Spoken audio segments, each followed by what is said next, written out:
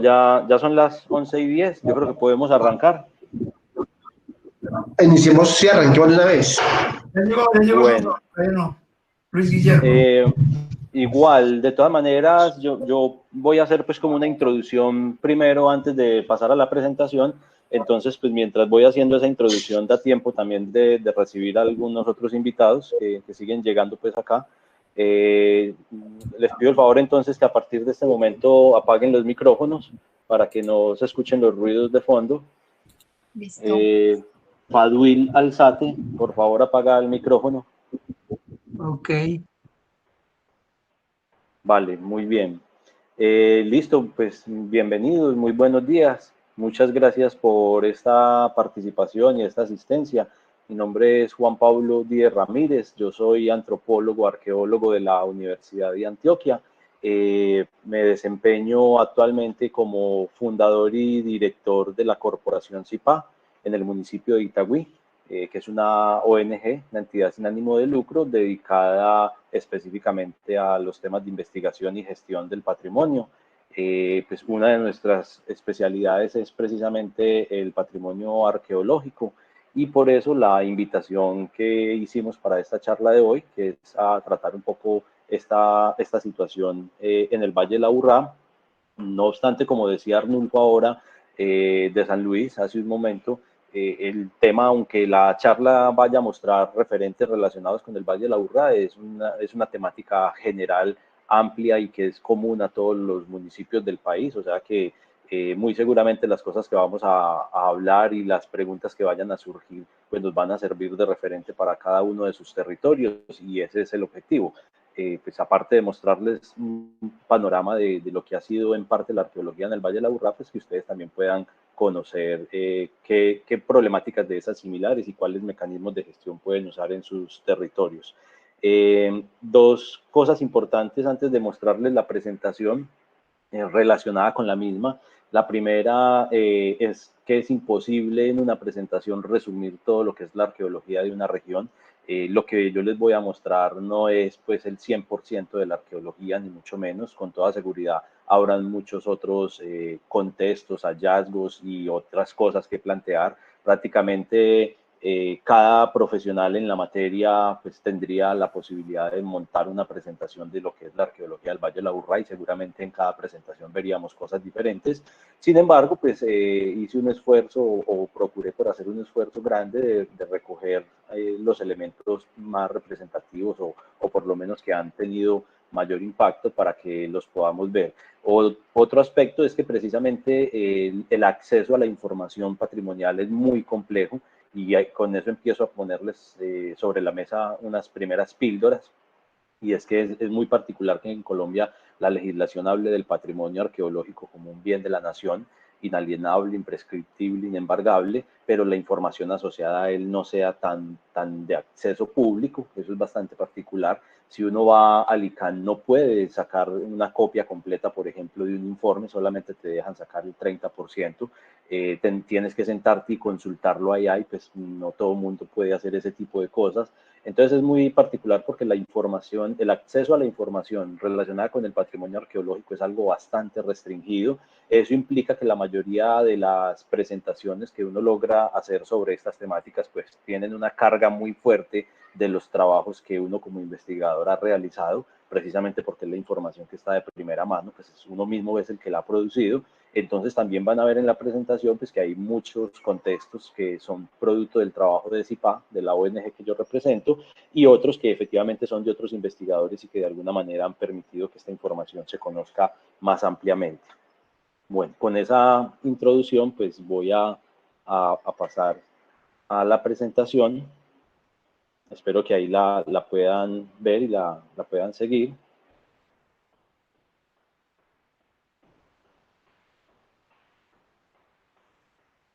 Entonces, les decía efectivamente que yo represento pues a la corporación CIPA. Como ven ahí los logos, nosotros somos vigías del patrimonio en el municipio de Itagüí y somos de los fundadores y actuales coordinadores de la red de vigías del patrimonio del departamento de Antioquia, que es el loguito blanco que ven a la derecha. Asimismo, estamos también pues, en una red latinoamericana de vigías y ahora estamos intentando replicar esta experiencia con el Ministerio de Cultura en otros departamentos. Muchas de las personas que nos acompañan hoy son precisamente de la red departamental de vigías del patrimonio y otras personas pues pertenecen a las redes a las redes ambientales que convocó el profesor Gustavo, y muchos también son amigos que hemos invitado. Bueno, vamos a arrancar entonces con la presentación. Voy a pasar unas primeras 10 diapositivas muy rápidamente, que son un contexto normativo. Gustavo, qué pena, me escribes por el interno, porfa, y me dices si se está escuchando bien la presentación para yo estar tranquilo y continuar con ella.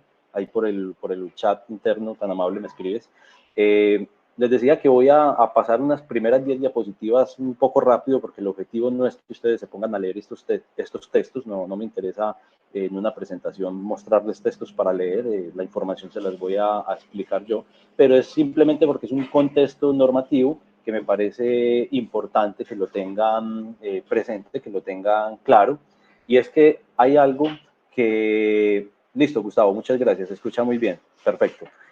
Hay algo que es de alguna manera un mito, digo yo, y es que tiende a creerse y tiende a decirse incluso en esferas públicas que la legislación sobre patrimonio arqueológico es algo muy nuevo, que el hecho de que una obra de infraestructura tenga que hacer estudios arqueológicos, eso es reciente, eso es del año pasado, o sea, todavía uno se encuentra obras incluso que ni siquiera saben que hay que hacer arqueología, alcaldías que no saben que existe una legislación de patrimonio arqueológico, que todavía suceden hallazgos en los pueblos y todavía sucede que llegan los funcionarios de la alcaldía a ver qué puede llevarse cada uno para decorar la oficina. Un desconocimiento muy amplio y bastante delicado. Entonces estas primeras diapositivas son para apostar un poco a demostrar que eso no solo es un mito, sino que también pues, es una falta de información y una falta de interés en el tema, porque el hecho de que yo no conozca una norma o un procedimiento no significa que este no exista o que sea nuevo. Desde 1939 en Colombia, y ojo con esa fecha, que estamos hablando de más de 80 años, desde 1939 existe legislación que protege el patrimonio colombiano. Entonces no es una cosa nueva, no es una cosa de ayer. Aquí en la primera pantalla ven un decreto que reglamenta esa ley de 1939 y les decía que voy a pasar un poco rápido simplemente para que vamos viendo la evolución. Después en 1959 aparece otra ley, la ley 163. Después tenemos la Constitución Política del 91. Antes de eso han sucedido otra cantidad de normatividades. No las traigo todas a colación porque pues, algunas son demasiado específicas para lugares particulares de Colombia, pero simplemente es para que tengan un contexto y una idea clara de que no estamos hablando de una cosa nueva. En la Constitución Política tenemos varios artículos, dos de ellos muy especiales, el 63 y el 72, que posteriormente pues los invito a que revisen esto con calma. Luego de la Constitución Política del 91, ustedes sabrán que en el año 97 se crea la Ley General de Cultura, y la Ley General de Cultura empieza a ser reglamentada de manera parcial de acuerdo a las temáticas, y una de las reglamentaciones más importantes es el Decreto 833 del año 2002, donde básicamente, aparte de lo normativo, se hace un desglose de conceptos arqueológicos, cosa que es bastante inusual en una norma, o por lo menos para la época era un poco inusual, pero es muy productivo porque es una normatividad que permite a cualquier persona entender de qué estamos hablando. Por ejemplo, aquí traigo a colación el punto 5 y el punto 9, y es que es posible encontrar en la norma una explicación de qué es un deterioro de un contexto arqueológico de manera indebida, qué es una zona de influencia arqueológica, que tienden a ser conceptos muy complejos a veces y de difícil acercamiento por parte de la comunidad. Pues en este caso el decreto los trae. Trae otros que explica como qué es un plan de manejo, cuáles son los componentes del mismo. Aquí voy a seguir. Ya nos vamos acercando un poquito más a la modernidad actual, digamos, y por allá en el año 2008 sale una ley que modifica y adiciona a la Ley General de Cultura, la ley 1185, y a partir de esta ley en el 2008 es que se reglamenta y se vuelve de alguna manera más estricto todo lo que tiene que ver con investigación en patrimonio arqueológico, especialmente aquella relacionada con el desarrollo de proyectos de infraestructura, donde se empieza a exigir que todo tipo de obras, sean públicas o privadas, pues deben tener un acompañamiento arqueológico. En la Ley General de Cultura del año 1997 hay un artículo que ya daba una alerta muy importante, y es un artículo que dice específicamente que se considera el territorio nacional, incluida la plataforma continental y las aguas internas, como potencialmente arqueológicas. O sea, el mismo gobierno entendió para esa época que todo el territorio nacional era susceptible de tener vestigios arqueológicos, y claro, ¿cómo no?, cuando en Colombia tenemos sitios arqueológicos hasta con 14.000 años de antigüedad. Piensen en esa cifra, 14.000 años de antigüedad. Nosotros nos movemos con un calendario que está fundamentado en la religión cristiana. Entonces, para nosotros el 2020 es porque estamos contando a partir del año 1, que es el año del nacimiento de Cristo. Pero cuando hablamos de 14.000 años de antigüedad, de gente viviendo en el territorio colombiano, estamos diciendo entonces personas que vivieron 12.000 años antes de que existiera la era cristiana. Eso simplemente no hay una forma diferente de traducirla y de interpretarla como el potencial de encontrarse un hallazgo arqueológico en cualquier parte del territorio. Es que es demasiado tiempo para que los humanos hayan de alguna manera transitado, ocupado y realizado actividades en todo el territorio. Esta ley 1185 entonces, un año después, en el año 2009, pasa a ser reglamentada por el decreto 763, y nuevamente en este decreto, y por fortuna, se hace un desglose también de temáticas que es necesario que la gente las entienda, y ese desglose pues va dirigido a todos los ciudadanos, llámese en particulares, empresas privadas, entidades del Estado y el ciudadano de a pie. Ese desglose es importante porque permite entender esos conceptos, el programa de arqueología preventiva, qué es, en qué consiste, y así sucesivamente. De toda esta normatividad, hasta este punto, hasta el decreto 763 de 2009, hay una reflexión que podemos hacer, y es la que les pongo en la pantalla. Esta sí la invito a que la observen un momento y la lean. Es una reflexión que hago yo pues como profesional de la normatividad. Esto no lo dice la norma, pero queda claro que los objetivos tácitos de las políticas sobre el patrimonio cultural de la nación hasta ese momento, hasta el año 2009, que es donde se reglamenta la ley 1185, tienen una dirección o apuntan a la posibilidad de poner estos elementos al alcance de todos los ciudadanos, de buscar el beneficio y el disfrute de las comunidades de estos entornos y de estos patrimonios. De hecho, para esta época se empiezan a postular muchos de los sitios en Colombia para que sean reconocidos como patrimonio cultural de la humanidad. Y claro, todo eso conduce a que haya una incidencia positiva en la calidad de vida y en los valores del sistema, en los valores y en el sistema educativo. De alguna manera, y en esto ha trabajado mucho Martín, Gustavo, el profesor John Jairo de la Estrella, Arnulfo en San Luis y muchos de ustedes seguramente, todo esto se puede llevar o se puede plantear en función de la última frase que ven ahí en la diapositiva, y es que de alguna manera el patrimonio arqueológico debe ser motor para el desarrollo económico y social de las comunidades, y reconocer a la cultura como un asunto de identidad con el territorio. Eso es algo fundamental, por lo menos digamos que es el espíritu de la norma. Desafortunadamente, hoy vivimos una realidad un poco diferente, por lo menos en lo que respecta al patrimonio arqueológico, que es el objetivo de esta charla.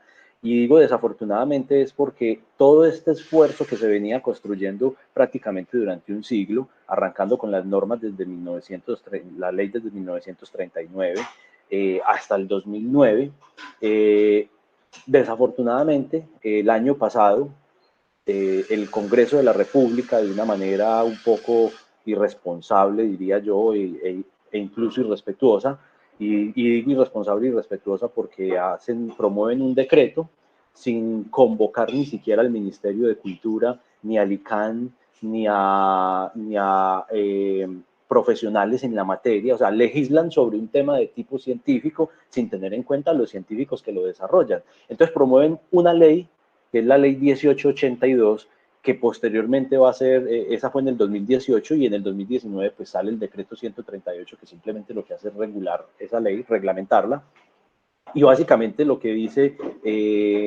tanto la ley como el decreto, que regulan específicamente el tema de patrimonio arqueológico, es que de un día para otro en Colombia se desapareció el patrimonio arqueológico. O sea, pasamos de la Ley General de Cultura del 97, donde considerábamos el territorio nacional como una zona potencialmente arqueológica, a decir en el decreto 138 que solamente será necesario hacer arqueología en 2 casos: cuando el proyecto sea tan grande que necesita licencia ambiental, que muy pocos proyectos necesitan licencia ambiental. De hecho, les puedo decir que algunos colegas hemos hecho el ejercicio de revisar los proyectos de infraestructura que se han hecho en el Valle de la Aburrá, y de cada 10, 1 necesita licencia ambiental, pero de cada 10, 10 han presentado hallazgos arqueológicos, o sea que es una cosa bastante preocupante. Entonces esta nueva legislación que aprueba el Congreso de la República y que es promovida por Camacol. Camacol se encarga de llevar al Congreso de la República un proyecto formulado, y con su pool de abogados se encargan de patinarlo hasta que logran que lo aprueben, aunque no fue nada difícil porque no tuvo objeciones, pasó los debates de derecho en la Comisión Sexta del Senado, cosa que también es bastante sospechosa y desagradable. Y simplemente lo que les decía, el decreto y la ley plantean que se hará arqueología cuando el proyecto sea tan grande que necesite licencia ambiental, y pues ya les estoy diciendo, de cada 10 proyectos que se hacen, por lo menos en el Valle de la Aburrá, 9 no necesitan licencia ambiental, pero los 10 tienen hallazgos arqueológicos. Y 2, el segundo caso en el que se hará arqueología es en aquellos proyectos donde el interesado en desarrollar el proyecto se interesa en desarrollar arqueología. O sea, eso es como decirle a alguien, usted está interesado en ponerse un trabajo adicional, ¿no? Ningún empresario, ni público, ni privado, ninguna entidad del Estado va a decir, sí, a mí me encanta la arqueología y aunque no me la están exigiendo, hágala. Eso no va a suceder. Así como no suceden los reportes de hallazgos fortuitos tampoco, por la creencia de que si reporto el hallazgo me van a parar la obra y no sé qué. El caso es que estamos en un momento bastante complejo para el patrimonio arqueológico, y esto afecta a todas las regiones. Por ejemplo, en el caso de Arnulfo en San Luis, que lo traigo mucho a colación, Arnulfo, ahí me disculpas que te coja de ejemplo, pero conozco el trabajo de Arnulfo y la zona porque he ido a apoyarlo muy brevemente, pero he logrado estar por allá en algunos momentos. En el caso de Arnulfo, prácticamente los proyectos que se vayan a desarrollar allá entonces ya no van a ser arqueología, excepto las minas de explotación de estos materiales de cantera que necesitan licencia ambiental. Pero entonces, ¿cuánto patrimonio arqueológico va a perder San Luis con el resto de obras que sí necesitan arqueología, pero que ya no la van a tener que hacer por obligación? Y así como lo ponemos para San Luis, lo podemos poner para cada uno de los municipios de los cuales ustedes pertenecen. Por eso al final de la presentación pongo esa frase: un hasta luego al patrimonio arqueológico de los colombianos, un hasta luego pensando en que esto de alguna manera lo podamos recuperar, pero estamos ya ante una pérdida muy fuerte de los componentes de nuestra historia y de nuestro territorio. Yo insisto mucho, y aquí voy a traer de ejemplo al profesor John Jairo de La Estrella, de la Escuela de Patrimonio de La Estrella, y ellos se han enfocado mucho en trabajar con los niños, la memoria del territorio, el patrimonio del territorio, y claro, eso es lo que hay que hacer precisamente. Pero ustedes se imaginan entonces ahora vamos a volver a la cátedra de hace 20, 30 años, donde solo podemos hablar de los conquistadores y de ahí para acá, porque es lo único que tenemos en los libros, porque entonces lo arqueológico ya se nos va a empezar a perder de vista otra vez, cuando antes veníamos ganando un territorio bastante importante. Bueno, hasta ahí dejo lo que es esa parte del componente normativo, y pues desafortunadamente las malas noticias relacionadas con este tema de la nueva ley que aprobó el Congreso apenas el año pasado, entre 2018 y 2019, la ley y el respectivo decreto. Creo que nos queda como tarea a todos los que estamos aquí presentes, de alguna manera todos ustedes son líderes de procesos culturales, ambientales y sociales, y pues esto es un tema que tarde que temprano los va a afectar, y queda la tarea de que entre todos tratemos de hacer algo. Como colectivos ciudadanos podríamos mínimamente pensar en un proyecto y presentarlo al Senado, o buscar un aliado. Aquí en Antioquia hay muchos congresistas que de alguna manera pues fueron elegidos por los ciudadanos, por todos los antioqueños, que hagan algo, que ayuden. Eso ya será un motivo de otra conversación, pero es una posibilidad. Voy a pasar aquí unas diapositivas, como esto es una presentación general que yo mantengo para el tema arqueológico. Estas diapositivas no son pues del interés de la charla, simplemente esto es ya para explicar cómo se hace el paso a paso de una investigación arqueológica, y pues creo que eso es otro tema. Aquí en esta diapositiva quiero arrancar entonces ya con lo que es el fuerte de la exposición de hoy en materia de mostrarles lo que ha pasado a nivel ya científico, a nivel arqueológico. Obviamente lo que vimos hace un momento pues es importante, ya que todo lo que van a ver acá fue gracias a esa legislación que teníamos hasta la ley 1185 y el decreto 763 del 2009. Básicamente lo que les quiero decir con eso es que todo lo que les voy a mostrar en este momento, sin excepción, sin una sola excepción, no lo podríamos haber hecho si el decreto 138 hubiera salido en esa época. Porque todo lo que les voy a mostrar que se ha encontrado en el Valle de la Aburrá proviene de hallazgos arqueológicos relacionados con ese tipo de obras de infraestructura que ya hoy no tienen que hacer arqueología. Ahora, hay algunas imágenes donde les explicaré específicamente que son hallazgos de otro tipo de procesos, como cuando se hizo, por ejemplo, la represa o el proceso pues, de represamiento del río Porce, el Porce 1, Porce 2, Porce 3, que claro, efectivamente eso ya pertenece a otra época donde la legislación obligaba que ahí se tenía que hacer arqueología. Pero lo que son los hallazgos que les voy a mostrar de contextos urbanos se hicieron todos en el marco de la obligación que daba la ley 1185 y que ya hoy no la tenemos vigente. Esta primera imagen, yo arranco siempre las presentaciones con ella, precisamente también para otra tarea, quitar otro mito de encima.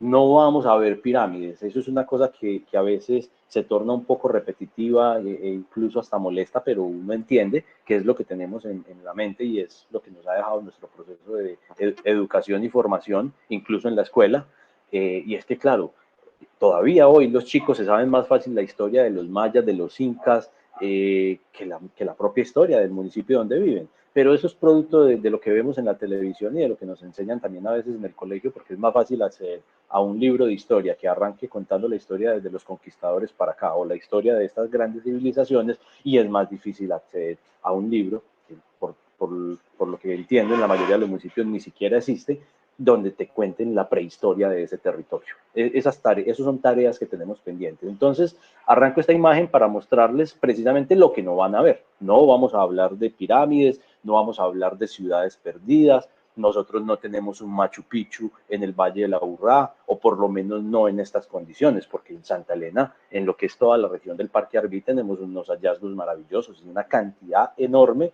de cientos de hectáreas de construcciones en piedra, que de hecho apenas hace poco más de un año fueron declarados Parque Arqueológico Nacional y están en un proceso de investigación que lleva más de 2 décadas y que todos los días avanza un poco más, y es algo pues digamos que más adelante podremos disfrutar con mayor ahínco, pero no tenemos ese tipo de contextos como el que uno vería si estuviera en Machu Picchu.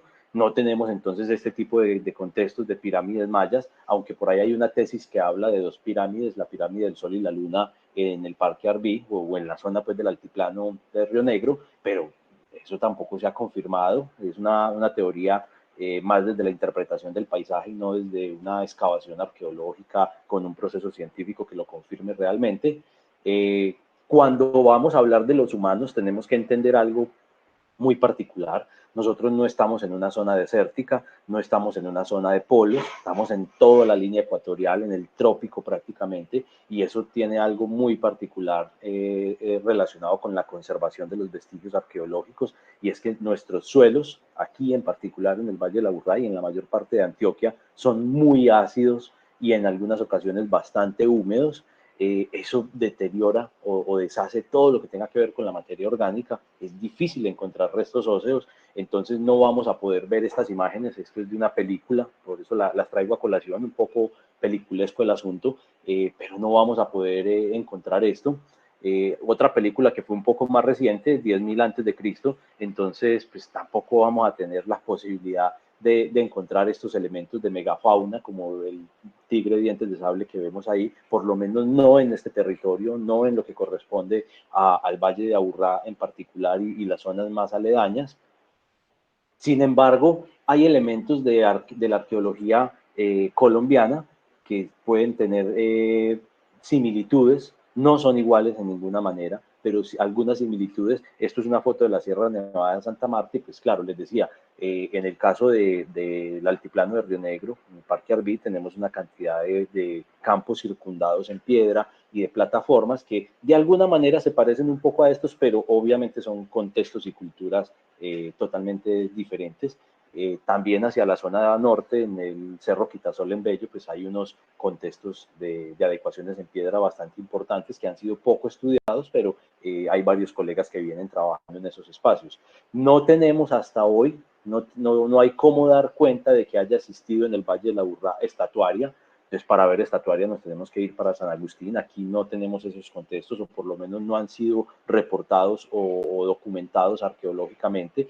También hay que partir de un dato, y es que el Valle de la Urrá, cuando se empieza a hacer arqueología, ya es casi una ciudad en crecimiento y en desarrollo muy fuerte. O sea, ya hemos perdido la gran mayoría de los contextos arqueológicos que nos pudieron haber dado mayores luces sobre el desarrollo de estas culturas en el territorio.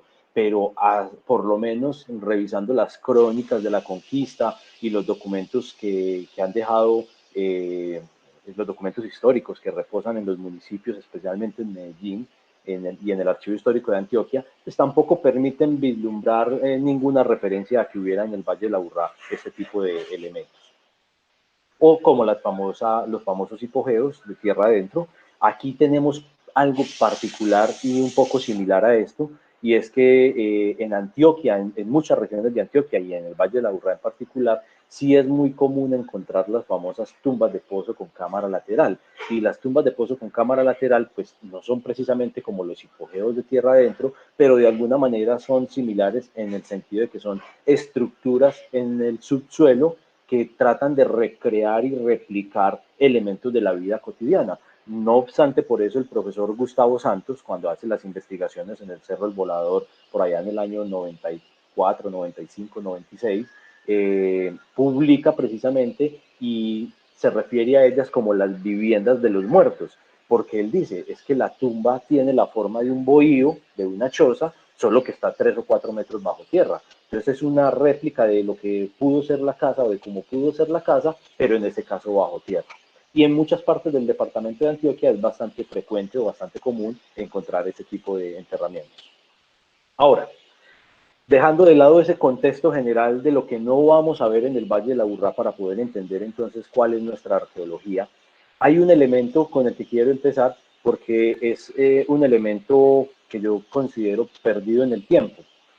Y digo perdido en el tiempo porque seguramente fue mucho más representativo de lo que es hoy, pero desafortunadamente los procesos de crecimiento de la ciudad, el desarrollo urbanístico, la falta de interés por estos temas, les decía, hace poco esto se viene desarrollando y pues justo el año pasado nos ponen el 138, entonces otra vez volvemos como a la edad de piedra en materia de investigación, parecemos como un yoyo, unas de cal y unas de arena, y otras de arena, pero ese es nuestro país y esa es nuestra legislación, hay que seguir dando estas peleas, pero entonces resulta que en el Valle de la Urrá, el arte rupestre representado en petroglifos, siempre se había creído o siempre se ha dicho que eso, sí, por allá en Itagüí hay una cosa que se llama el Parque de los Petroglifos, que yo les digo dos cosas, de parque no tiene nada y de petroglifos le queda muy poco, pero así se llama, el Parque de los Petroglifos. De hecho, nosotros estamos ahora trabajando en ese sitio, estamos adelantando una investigación a ver si logramos por lo menos devolverle la categoría de petroglifo. La de parque no creo que seamos ya capaz de hacerlo porque es un sitio que está demasiado deteriorado, desafortunadamente, pero también siempre, más o menos de la década del 80 en adelante, empezaron a salir alusiones a unos grabados o unos petroglifos que habían en Barbosa y a unos que habían en Girardota. En el año 2014 el profesor Gustavo Santos encuentra uno en Envigado. Entonces, eso abre un panorama distinto y es que en realidad sí había una tradición rupestre un poco más dispersa en el territorio, no era una cosa específicamente de Itagüí, aunque en Itagüí está la mayor concentración conocida hasta el momento, pero eso lo que nos muestra es que efectivamente esta manifestación cultural, que se trata de tallar sobre las rocas grabados, hacer algunos dibujos, pues era un poco más extendida y desafortunadamente hoy es muy breve lo que tenemos de esa información. Aquí voy a pasar rápidamente, solo para que tengamos un panorama y distingamos lo que es el arte rupestre. El arte rupestre a nivel mundial se compone de 4 elementos. El primero no, porque no es un orden jerárquico, uno de ellos es la pictografía. No tenemos pictografía en el Valle de la Aburrá, pero sí tenemos pictografía, por ejemplo, en la zona donde está Arnulfo, en San Luis, en el corredor kárstico colombiano, que en esa parte para San Luis hay una cantidad de cavernas muy importante, todas con vestigios arqueológicos. Pues efectivamente hay pictografía y también hay petroglifos. Otra manifestación es la de estatuaria o arte monolítico, que para el caso nuestro, ya lo decíamos ahora, pues tenemos en San Agustín. Otra que no hemos identificado tampoco en nuestro contexto es el tema de los geoglifos, que son figuras hechas en el suelo de distintas maneras, en bajos y en altos relieves, con acumulaciones de piedra o con excavación de surcos, pero que son tan grandes que para verlas hay que estar en una avioneta o en un punto muy elevado y poderlas ver sobre el piso. No hemos tenido reporte de estas manifestaciones tampoco. Y esta que es la que tenemos acá. Estas son imágenes de los petroglifos de Itagüí. Como ustedes verán en la imagen de la izquierda, es una roca que está totalmente fracturada, no se fracturó de manera natural, le metieron pólvora negra de cantería para poderla partir. Lo que hemos logrado investigar es que hubo varios motivos para esto. El primero de ellos fue buscando huacas. La piedra era tan grande que la gente decía que debajo estaba la tumba del indio llena de oro, entonces había que partir la piedra. Infortunado pensamiento de nuestra cultura, pero eso es lo que tenemos.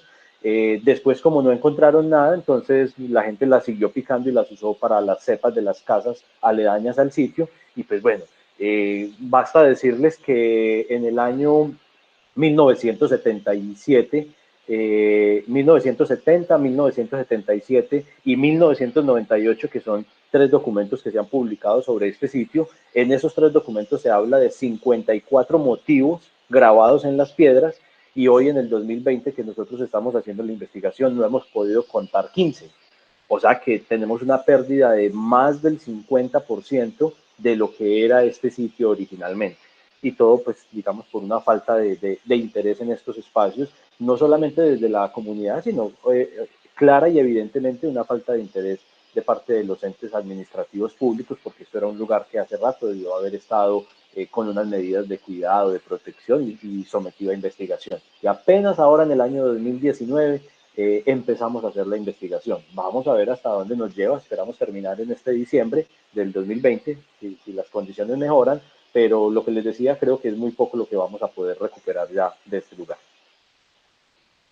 Bueno, aquí voy a pasar. Estas son imágenes del sitio, precisamente. Esta es una foto del petroglifo que encontró el profesor Gustavo Santos en el año 2014 en Envigado, en un lugar que muy pocas personas conocen, por fortuna, y ojalá muy pocas lo conozcan por ahora. Digo eso porque, y yo sé que muchos de ustedes trabajan en el turismo cultural y pues no es muy agradable escuchar ese tipo de frases, pero quiero que me entiendan en el sentido de que no es bueno que estos elementos estén a la vista de todo el que pase, porque ustedes lo hacen con un objetivo muy, muy loable, y es difundir el patrimonio y hacer del patrimonio un tema de turismo sostenible, y eso está bien. Nosotros también lo hacemos, o bueno, por lo menos algunos arqueólogos, pero también vamos a tener una cantidad de gente circulando por estas zonas ambientales del territorio y ven esto, y yo no sé por qué, yo no sé en qué momento de la evolución humana fue que nos picó un mosquito contaminado y nos chifló el cerebro, pero yo no sé por qué se le ocurre, a muchas personas se les ocurre, cuando ven una manifestación de estas, ponerle el nombre al lado, con un grafiti, y en el caso de Itagüí, no solo han hecho grafitis con pintura, sino que han hecho grafitis con navajas, rayando la misma piedra. O sea, han hecho un petroglifo moderno al lado o encima del petroglifo antiguo. Entonces, por eso digo que estos lugares es mejor que entre más escondidos estén mejor, mientras no haya las condiciones para mostrarlo, porque tampoco es esconderlo y taparlo para que nadie lo vea, eso no tiene sentido, pero se necesita hacer un desarrollo turístico sostenible para que esto pueda ser mostrado a la comunidad. Por ejemplo, en el caso de Envigado, a esto habría que hacerle una especie de sendero ecológico con guías, que la gente que llegue allá llegue de manera controlada, con una persona que les esté no necesariamente indicando y llevando de la mano, porque eso también está un poco revaluado, pero sí que permita tener un control sobre el acercamiento a este tipo de elementos. Ahí dejo ya el tema de arte rupestre, que era una cápsula pequeña que quería mencionarles para que entendiéramos que es un tema muy poco estudiado y que seguramente tiene un impacto más amplio de lo que hoy conocemos, pero que es uno de los elementos que más sufre por estar en superficie. A diferencia de los vestigios que están bajo tierra, que pues los dañan cada que prenden una máquina y no hay un arqueólogo al pie de ella, pues el patrimonio rupestre, en este caso los petroglifos, están en superficie, son rocas. Entonces las rocas son un atractivo para todos desde niños, porque nos provoca subirnos a ellas, nos provoca sentarnos en ellas, nos provoca pintar en ellas. Es una cosa muy innata en el ser humano, pero claro, cuando lo hacemos sobre un elemento de estos, pues nos estamos tirando siglos y en algunas ocasiones hasta milenios de historia. Voy a continuar en esta parte con un aspecto ya en materia de cronología, y es el siguiente. Les decía hace un momento que en el territorio nacional pues, tenemos fechas hasta los 14.000 años, incluso hay unas un poco más. Quiero ser conservador de alguna manera con referirme a sitios que tengan cronologías superiores a 14.000 años, en especial porque son contextos del país donde yo no he trabajado como investigador y pues uno no debe hablar muy fuerte de lo que uno mismo no ha trabajado. Entonces, por eso me quiero concentrar en el Valle de la Aburrá, y en el Valle de la Aburrá sí tenemos unos contextos muy claros que alcanzan hasta los 10.000 años de antigüedad, como lo ven en la diapositiva en el caso de Envigado, en el sitio arqueológico La Morena, que excava el profesor Gustavo Santos en el año 2010, pues ahí pueden ver ustedes dos fechas muy particulares de 10.000 y 9.680 años, que nos están hablando ya de lo que los arqueólogos llamamos los cazadores recolectores. Aquí también quiero invitarlos a quitar otro mito, pues que yo espero y confío que muchos de ustedes no lo tengan, porque son personas ya con un nivel de educación y de madurez un poco más elevado que el ciudadano que a pie, digamos, por su labor y por el oficio en el que se desempeñan, pero todavía uno se encuentra personas que le dicen, ah, hace 10.000 años, o sea que esos caminaban así como un simio y eran como por allá, como miquitos. No, no, no, no. Eso es millones de años atrás.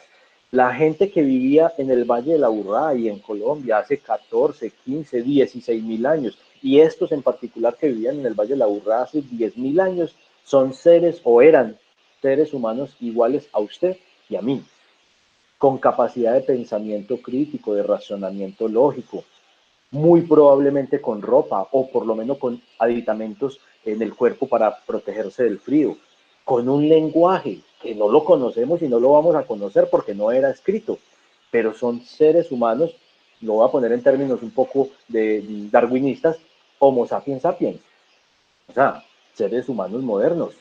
Que el Homo sapiens sapiens se supone que es el hombre que piensa dos veces, aunque ya vimos en las imágenes anteriores que para muchas cosas no pareciera que eso fuera así, pero en términos de evolución o en términos biológicos son seres humanos modernos. Entonces, de estas comunidades, ¿qué es lo más común encontrar? Y aquí viene otro mito. Entonces yo no puedo irme a un sitio que tiene 10.000 años con la expectativa de que voy a encontrar una vasija cerámica. Es muy complejo, por lo menos en el caso del Valle de la Aburrá, eso difícilmente sucede. Sin embargo, la arqueología tiene esa ventaja y es que todos los días nos puede sorprender, ¿cierto? Pero es bastante complejo pensar en que eso va a suceder, ya que estas primeras comunidades, que son las que se denominan cazadores recolectores, pues básicamente trabajaban era la piedra y seguramente elementos como el hueso y la madera, pero estos no se van a preservar con tanto tiempo por ser materiales orgánicos. Entonces casi siempre vamos a encontrar de ellos ese tipo de elementos. En este caso, en las imágenes que son del profesor Santos, ustedes ven en la imagen izquierda los elementos arqueológicos que fueron encontrados en La Morena, en Envigado, que son unas hachas de mano, se les conoce también como hachas asadas, y en la imagen de la derecha un ejercicio práctico en el que se pretende demostrar, no con las piedras originales, con unas réplicas hechas que son muy similares a estas, se pretende demostrar para qué servían o si de verdad eran útiles. Y ahí se está tratando un tubérculo que efectivamente con una piedra de estas, pues el tubérculo fue posible cosecharlo y procesarlo totalmente. Entonces se demuestra que son herramientas totalmente útiles.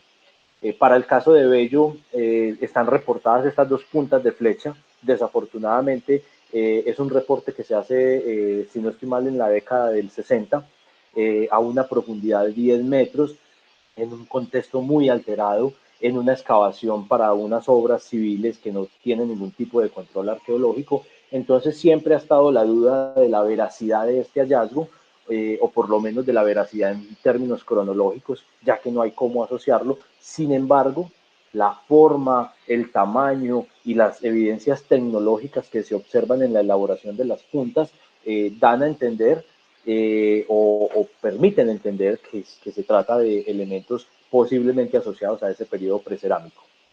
Después de eso, aquí también hay algo que quiero desmitificar un poco y que hemos venido trabajando pues, los arqueólogos en las nuevas generaciones, digamos.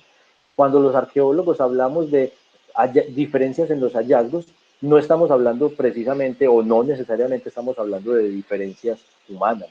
O sea, no estamos hablando de grupos humanos diferentes. Eso no lo hemos podido confirmar, entre otras cosas por lo que les decía que los restos óseos no se conservan y ha sido difícil hacer secuencias del genoma humano asociado a estas comunidades y por ende pues ha sido muy complejo pensar en que los que estaban hace 10.000 años fueron los que generaron las sociedades que después estaban a los 5.000, que después estaban a los 2.000. Entonces vemos diferencias y cambios en la tecnología, vemos diferencias y cambios en las formas de ocupar el espacio, en las formas de intervenir el territorio, pero no tenemos la certeza para decir que esas diferencias sean estrictamente porque son grupos humanos distintos.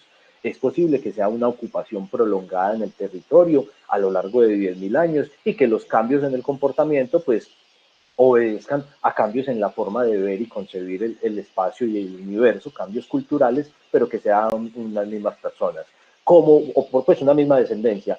Como también es probable que haya oleadas migratorias de otras regiones, como el Valle del Magdalena, el Valle del Cauca y quizás de otros lugares, donde esos cambios estén obedeciendo a ese contacto o sean cambios completos de grupos humanos que salen del Valle de la Aburrá y grupos humanos que llegan al Valle de la Aburrá. Eso aún está en discusión y no tenemos cómo demostrarlo todavía. Entonces, después de estas comunidades que llamamos los precerámicos, vienen los que llamamos alfareros tempranos y es cuando se empiezan a encontrar las primeras evidencias de cerámica, en particular pues en el caso del Valle de la Aburrá esto sucede hacia la zona del Porce y específicamente en la cuenca del Valle sucede en Medellín en el sitio Pajarito, en La Estrella en el sitio Casablanca, en Itagüí en el sitio Mi Ranchito y en Envigado también en La Morena. A estas manifestaciones culturales que se les denomina alfareros tempranos, se les asoció el nombre de cancana.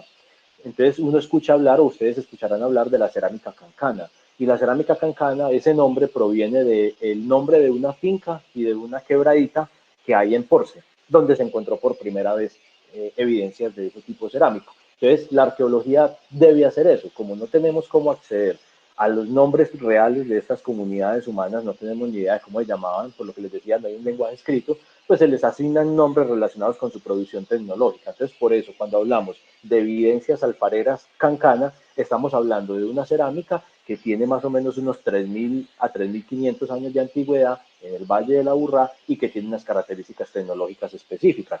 Aquí ven, por ejemplo, una pieza que proviene de ese tipo de hallazgos, esta es de Porce, de la profesora Castillo en el año 2000, es una mascarita. La cintica que ven a un lado de colores negros y blancos, cada color es 1 centímetro, o sea que ustedes pueden ver que esto es algo relativamente pequeño. Aquí hay una vasija también asociada a lo cancana y algunos fragmentos de estos son del municipio de Envigado, del profesor, de las investigaciones del profesor Gustavo, y pues bueno, podrán ver ahora cuando veamos otras piezas que hay unas diferencias en las formas, en los tamaños, en los estilos decorativos, y pues eso es lo que nos permite hablar de esas diferencias tecnológicas y que están asociadas también a diferencias cronológicas, obviamente. Cuando se hacen las dataciones de carbono 14 y obtenemos pues la antigüedad de estos contextos.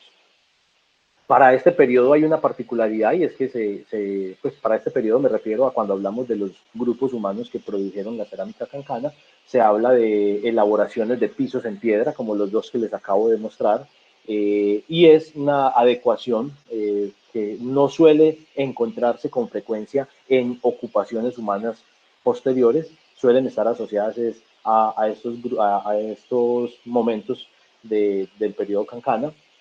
Luego de eso tenemos otra denominación que se conoce como ferrería, que para el caso del profesor John Jairo, que nos acompaña en la charla hoy, pues tiene la fortuna de pertenecer al municipio de La Estrella.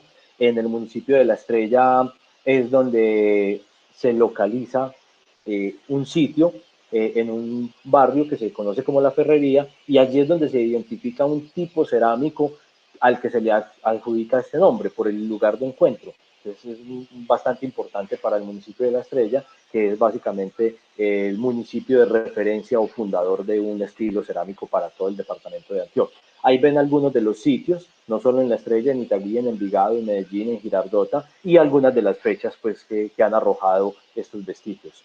Estas son algunas de las piezas o algunas de los hallazgos que se han encontrado. Hay diferencias tecnológicas y estilísticas entre la cerámica cancana y la cerámica ferrería, por eso permite hablar de ellas de manera diferente desde el componente tecnológico, insisto, no necesariamente desde el componente humano, eso no lo tenemos claro aún.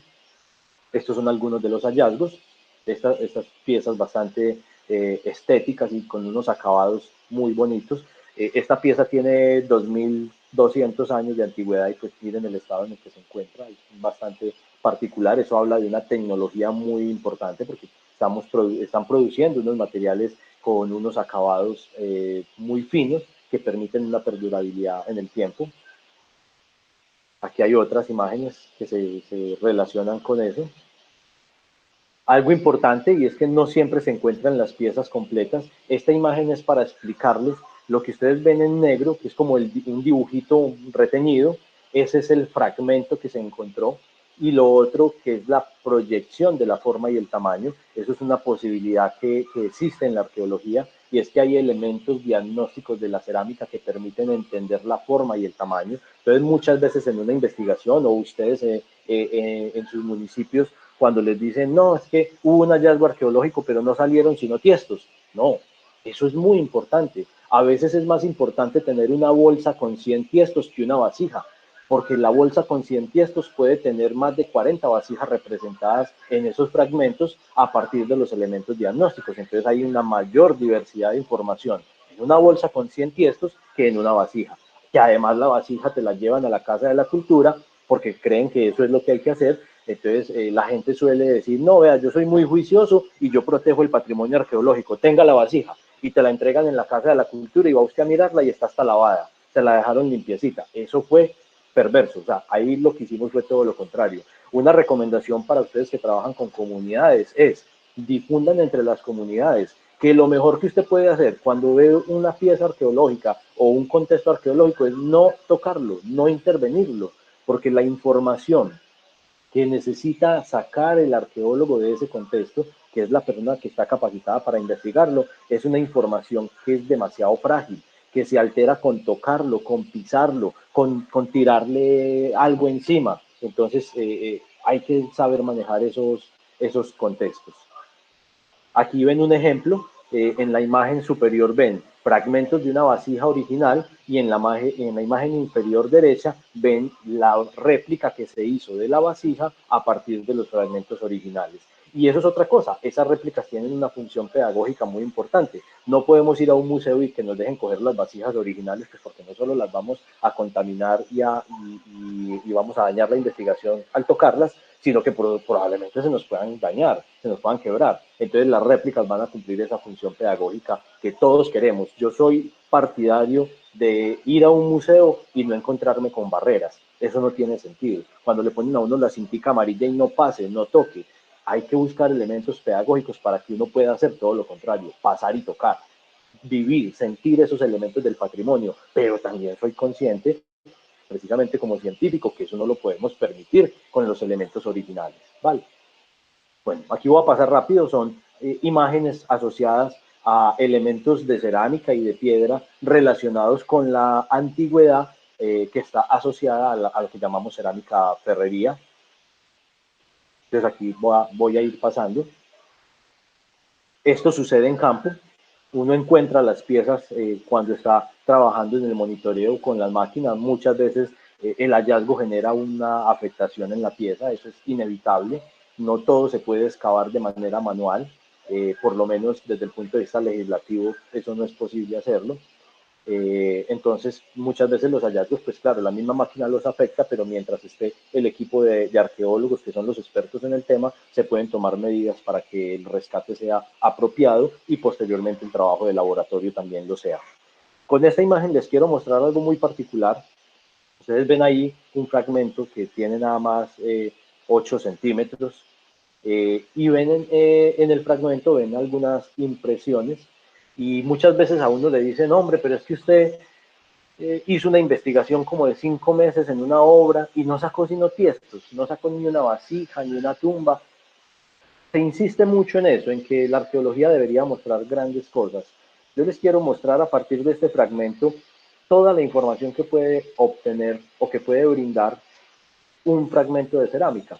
Esta pieza, por ejemplo, aparte de que se puede analizar desde el punto de vista tecnológico sus condiciones de elaboración, que ya es una información, ya es una línea de estudio, también resulta que es posible que un biólogo se acerque a ella porque la impresión que se ve es una impresión dejada por una hoja de palma. Entonces un biólogo puede decirnos cuál es esa especie y si todavía pervive o es una especie extinta. Y eso es un análisis maravilloso, o sea, eso es toda una línea de investigación. Ahí ya van 2 profesionales y falta otro. Es que la impresión corresponde a un tipo de tejido en particular y ese tipo de tejido es posible documentarlo a través de la etnoarqueología con las comunidades indígenas que aún viven y habrá la posibilidad de que un artesano o una artesana en una comunidad indígena le diga a uno, claro, esa forma de tejido que se llama doble punto cruzado, todavía la practicamos y la heredamos de no sé quién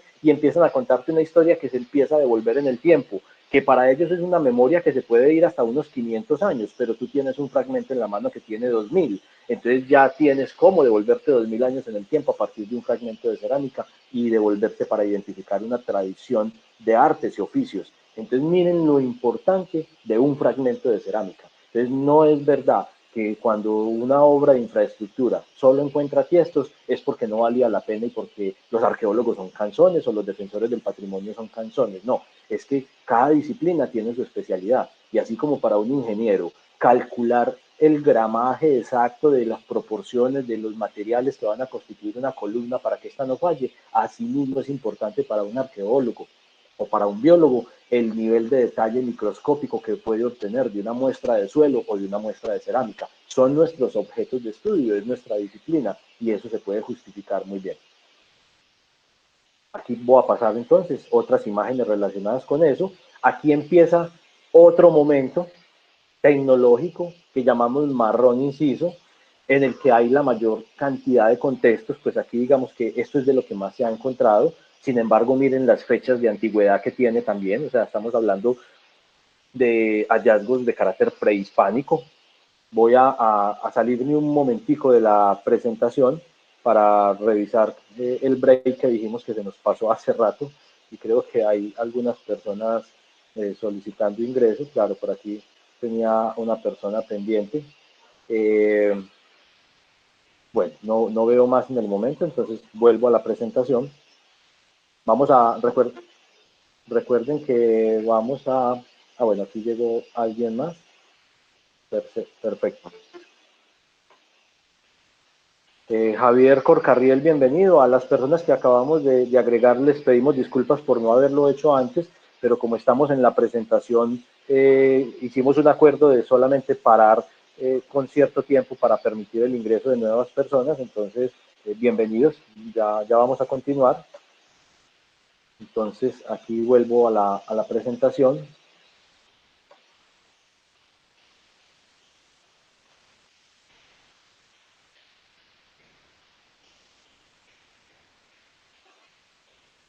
Gustavo, ¿me confirmas por favor que se activó nuevamente la presentación?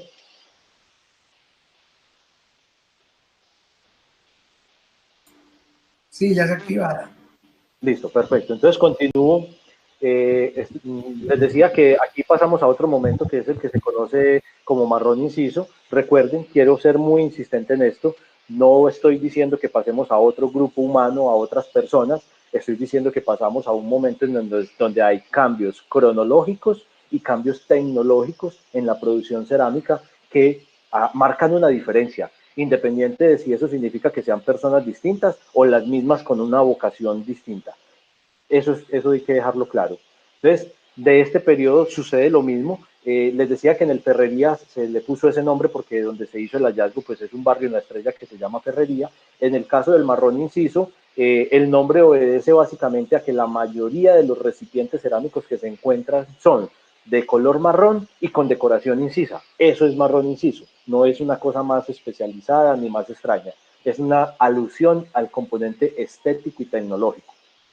Aquí ven entonces unas imágenes donde se ha hecho una tarea similar. A partir de fragmentos que son diagnósticos, se pueden reconstruir las formas y los tamaños de las piezas, y eso es bastante importante porque cuando usted tiene una investigación y solo tiene fragmentos, pues tiene la posibilidad de reconstruir el tipo de vasijas y la cantidad de vasijas, y saber la forma, el tamaño y la cantidad de los recipientes me puede permitir entender o proponer una hipótesis de qué fue lo que encontré. Si encontré un sitio de vivienda, si encontré un basurero, si encontré un cementerio, o sea, ¿a qué se refiere esos hallazgos? A partir de las formas y las huellas de uso y los tamaños de las vasijas.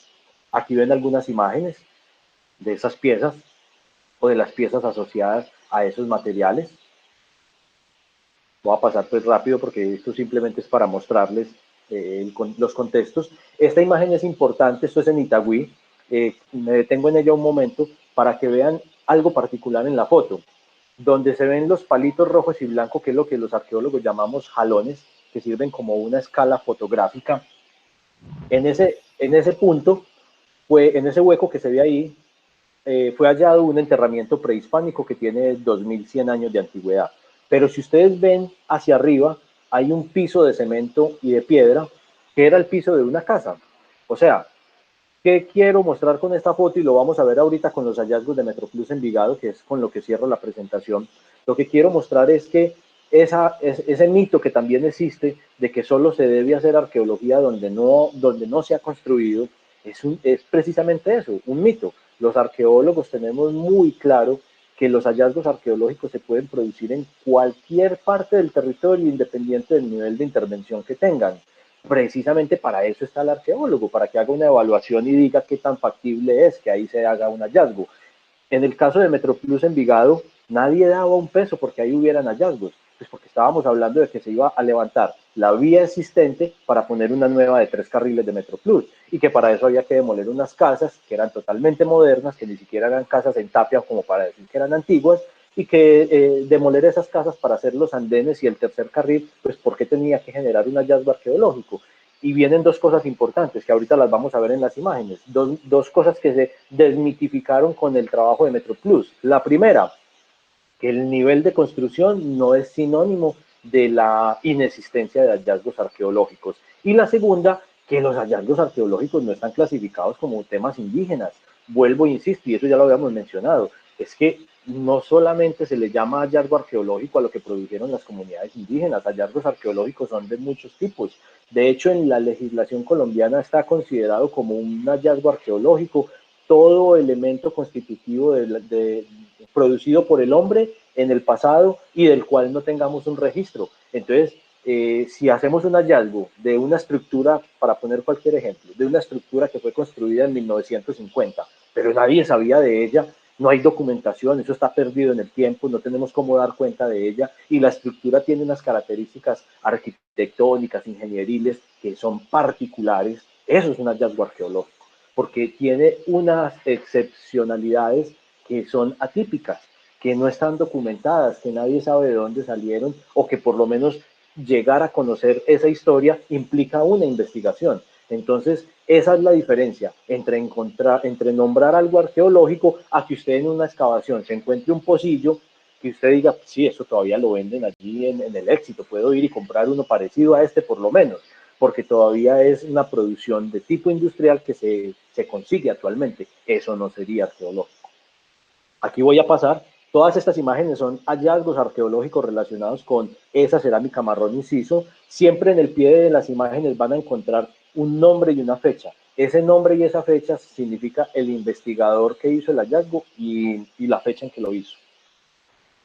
Después de esto que llamamos marrón inciso, hay un momento en la arqueología que algunos arqueólogos solemos llamar tardío prehispánico.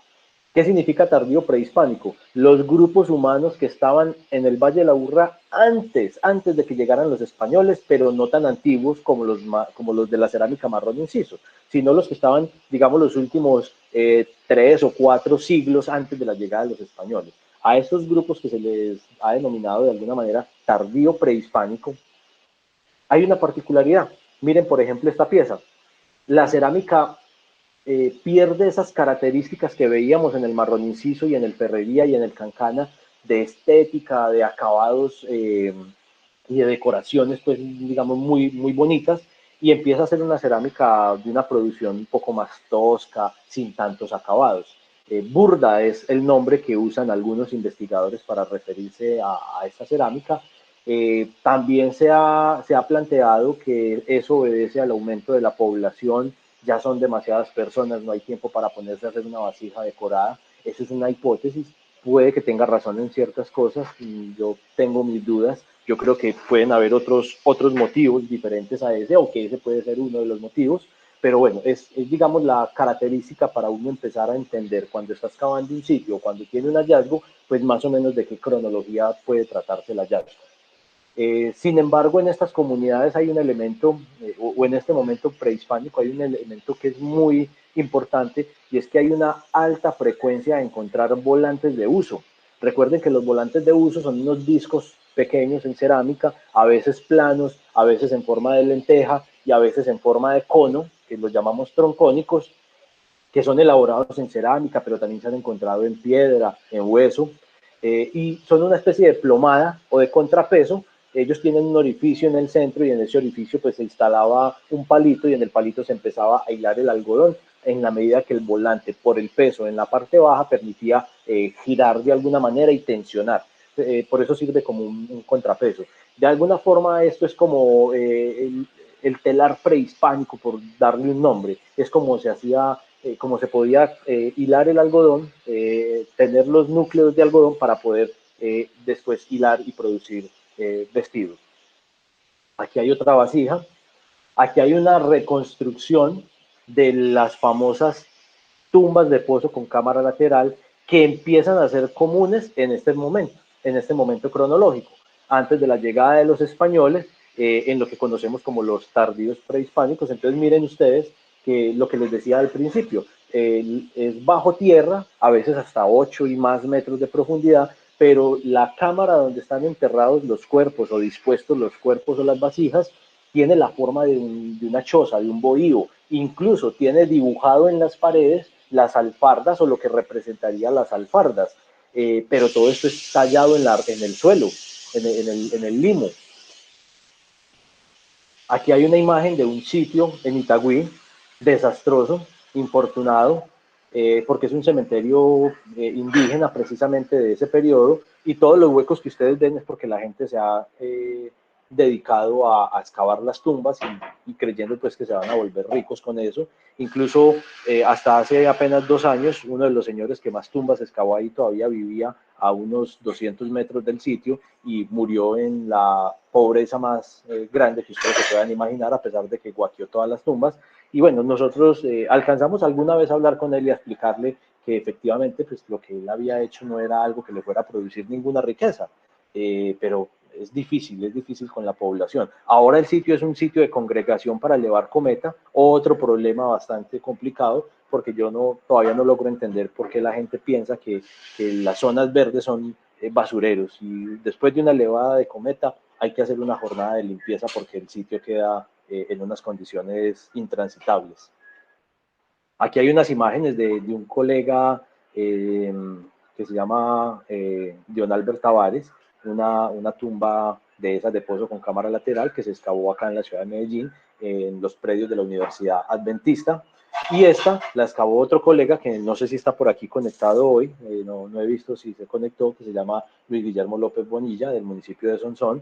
La excavó junto con otro arqueólogo que se llama Pablo Aristizábal, y también es ahí en la Universidad Adventista. Estas tumbas estaban huaqueadas, desafortunadamente, entonces pues fue difícil realmente documentarlas de una forma científica apropiada. Sin embargo, ellos logran identificar de qué periodo, algunos elementos que estaban en las tumbas. O sea, se hace un muy buen trabajo ahí. Esta es una tumba similar a esas, pero esta es del municipio de Itagüí. Esta la excavé yo con un compañero que se llama Pompilio Betancur en el año 2013. Aquí de eso salió un libro publicado que ya no se consigue, solamente en PDF, porque salieron pocos ejemplares impresos. A través de Gustavo y de Martín y del profe John Jairo, se los puedo hacer llegar en PDF si les interesa. Es una publicación que habla específicamente de esa investigación y de todos los hallazgos que hubo en ella. Esta es una más reciente, del 2014. Muchos de ustedes de pronto escucharon hablar de ella. Esto sucedió en el barrio La Colinita, en Guayabal, donde anclándole un viento a un poste de energía, que un viento es ese cable que tensiona el poste, pues al trabajador que pusieron a hacer el hueco para el viento, que era un hueco muy pequeño, como el de un estacón para un alambrado, de 10 centímetros de diámetro. Cuando mandó la barra duro, la barra siguió derecho y el trabajador nunca volvió a ver la barra. Entonces creyeron que habían dañado un alcantarillado, mejor dicho, se hicieron todas las películas habidas y por haber con el tema de redes, y cuando llegó uno de los ingenieros y mandó a ordenar que se abriera pues un hueco para poder ver qué era lo que pasaba, se dieron cuenta que era una tumba prehispánica intacta, que no había sido alterada, a pesar de que tenía una casa de 3 pisos encima y la calle estaba sobre ella. Pues el hueco lo encontraron, el hueco lo hicieron rompiendo la calle. Imagínense en el nivel de conservación que logró esta tumba, estar en la mitad de la ciudad. Y desafortunadamente cuando llega el arqueólogo, pues ya el ingeniero, los trabajadores, el perro y el gato se habían metido a la tumba y la habían vuelto nada. A pesar de ello, se hace una muy buena documentación y se logran encontrar evidencias muy importantes. Por fortuna, los interesados en dañar el patrimonio y en hacer guaquería son muy miopes, son medio ciegos. Eso nos favorece muchísimo, y es que como solo van buscando muñecos de oro que brillen y que tengan bastante peso, pues ellos no ven una cantidad de cosas que nosotros sí vemos y que son las que realmente nos dan la información. Ahorita les muestro algunos de los objetos que salieron de ahí, de esa tumba. Ya pasamos a otro momento, que es el tardío posconquista. Discúlpenme si me estoy extendiendo mucho, pero ya estamos próximos a terminar. Tardío posconquista, esto significa los grupos humanos después de la llegada de los españoles, que seguramente eran descendientes de los que estaban unos años antes, ¿cierto? Unos 400, 500 años antes, es muy probable, porque se conservan muchas de las tradiciones, sobre todo en el patrón de enterramiento, con esas tumbas de pozo con cámara lateral. Sin embargo, ya se les dice posconquista, pues porque ya estos señores están aquí asentados, estos europeos, y ya hay una imposición, ustedes saben, de todo tipo, simbólico, religioso, cultural, etcétera. De este periodo, entonces lo que les decía, muy probablemente los indígenas que pervivían son descendientes de estos que llamábamos preconquista, porque todavía se encuentran tumbas de esa época donde ya están los españoles, pero los indígenas siguen haciendo las tumbas. Juan Pablo, se fue el audio mucho, se oye pasitico, disculpa.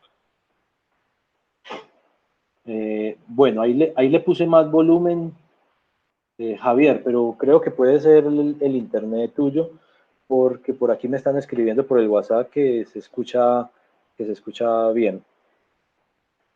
Bueno, entonces les decía que... Ya no se escucha casi, muy bajitico en todas partes. Pues a mí de un momento a otro se fue el audio, está muy pasitico. Tengo que colocarme el teléfono al oído y sería normal que lo tenía separado de mí. John Jairo o Gustavo escuchan. Escucha normal. Está normal. Vale. Javier, no, entonces es problema de la señal de internet tuya. Sí, porque aquí escuchamos muy bien. La señal está perfecta y lo único que se ve fue el audio. Vale. No, pero sí es un problemita, Javier, de tu celular o del lugar en el que estás, porque el resto está escuchando bien. Bueno, continúo en este punto. Les decía pues que se continúan haciendo este tipo de de tradiciones funerarias, aún ya estando los españoles acá. Esto fue un dato bastante importante que el profesor Gustavo Santos documentó en el año 2014 en el municipio de Envigado, en el Alto de las Flores, donde se encuentra una tumba de pozo con cámara lateral, y pues la datación de carbono 14 habla de que la tumba es de una época en la que ya los españoles están asentados acá.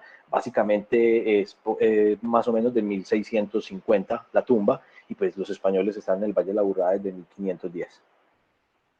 Aquí ya otros vestigios, creo que vi conectados a los compañeros de Altavista, a turistas del patrimonio. Esta imagen pues, les duele tanto a ellos como a nosotros. A la izquierda ven el camino de Quitasol en Bello, y a la derecha ven lo que era el camino de Huaca en el Cerro del Manzanillo, que conecta con Belén Altavista, y que las autoridades nuestras, de una manera muy descarada, diría yo, dieron un comodato por 25 años para que la Policía Nacional construyera un bloque de 3 pisos en concreto en plena reserva ambiental sobre el camino en todo el Pico Manzanillo, y pues hoy hay un letrero que dice propiedad privada, prohibido pasar, perros bravos, pero en el papel sigue siendo reserva ambiental, espacio público, camino prehispánico. Entonces, pues bueno, eso es lo que tenemos desafortunadamente. Eso será una discusión y una lucha de otro momento, que ya la hemos venido dando muchos ciudadanos, pero es inaudito pues que a veces castiguemos a un campesino o a un privado porque destruye un sitio arqueológico, pero un gobierno local le autorice a la Policía Nacional a que haga un edificio de 3 pisos encima de un camino prehispánico, y no pasa absolutamente nada. Aquí hay algunas piezas, algunos objetos relacionados con ese momento. Denme un segundo, que me da pena que hay algunas personas que de pronto quieren participar, y están por acá, vi que estaban por aquí como pidiendo la entrada. Bueno, se desconectaron. Listo, no, me devuelvo a la presentación. Igual ya vamos muy avanzados, o sea que ya llegaron tarde también. Me devuelvo a la presentación. Les decía que entonces hay algunas de estas piezas que... Listo, ahí estamos otra vez. Esta pieza en particular pues es de ese periodo, de esas tumbas que se seguían elaborando aún estando ya los conquistadores acá. Y listo, ya aquí entramos al, digamos, lo que yo hice fue mostrarles una secuencia cronológica fundamentada en valores estéticos, artísticos y tecnológicos de los hallazgos arqueológicos, y que están respaldados con datos de cronología absoluta por carbono 14. Insisto, no quiero decir con eso que sean personas distintas, eso todavía está en discusión, pero es muy claro que hay cambios en el comportamiento humano, y que esos cambios se ven reflejados en la cultura material y están respaldados por dataciones de carbono 14. Entramos a una parte importante que es ya la recta final de la presentación, y es donde hay unos hallazgos que denominamos República y finales del siglo XIX. También podemos meter aquí hallazgos relacionados con la colonia, y que es ese otro momento que yo les hablaba hace un rato, que ha sido un poco complejo darlo a entender a las entidades, a las constructoras y a las alcaldías, porque tienen en la cabeza, y todos como ciudadanos de alguna manera tenemos en la cabeza la idea de que esto, lo arqueológico es indígena, ¿cierto? Es una cosa que está por allá asociada con las comunidades aborígenes. No, hay hallazgos recientes que, pues de estructuras más recientes, más cercanas en el tiempo, que también tienen características arqueológicas. Aquí voy a mostrarles algunas. Ustedes habrán visto esta ya, del arqueólogo Pablo Aristizábal, el famoso desarenadero del acueducto potable encontrado en la construcción del tranvía de Ayacucho, un hallazgo maravilloso. No estaba documentado en el sentido de que existen documentos históricos que hablan de quién lo construyó y cuándo lo construyó, pero esos documentos estaban perdidos en el tiempo. Se supo de ellos porque se empezó a hacer la investigación a partir del hallazgo, pero nadie se acordaba de que esto estaba ahí. De hecho, esto estaba debajo de una casa. Nadie tenía noticia de esta situación. Es una arquitectura, obviamente, pues con una fuerte influencia europea, pero es una arquitectura elaborada acá en la ciudad, el famoso arco de Carpanel y medio punto, adobe macizo pegado con argamasa. O sea, estos son cosas que hoy no se producen, y que es un valor arquitectónico, estético, ingenieril e histórico que tiene toda la condición para ser considerado como un hallazgo arqueológico, y pues por fortuna, digamos, el punto en el que se encuentra no interfería con las obras y eso permitió que se conservara, y sabemos que hay un proyecto de EPM que se llama el Pabellón del Agua, que es construir un museo al aire libre en este lugar.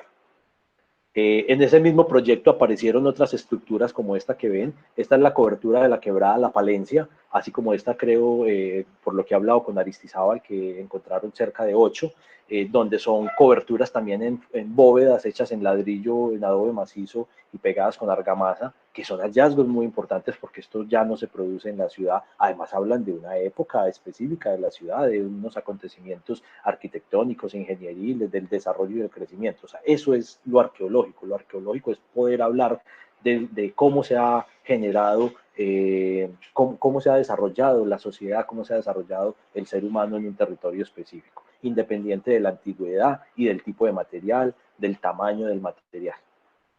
Asociado a estos mismos periodos, a este mismo periodo, pues hay otros hallazgos como las famosas acequias o conducciones de agua en tabletas de barro y en lajas de piedra. Aquí van a ver algunas.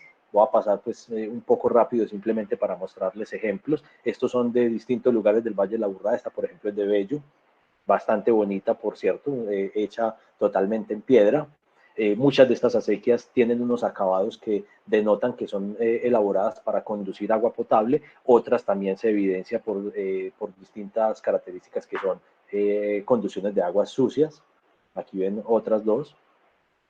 Y aquí entramos rápidamente, que ya esta es la recta final de la presentación, en los hallazgos de Metroplus Envigado, que le había dicho a Gustavo que me parecía que era importante cerrar con esta presentación porque es un proyecto que reúne características de todo lo que acabamos de ver. Es un proyecto en el que hay hallazgo de los 5 momentos cronológicos de los que hemos hablado, de todos los prehispánicos y de los momentos relacionados con la colonia república y hasta mediados del siglo XX.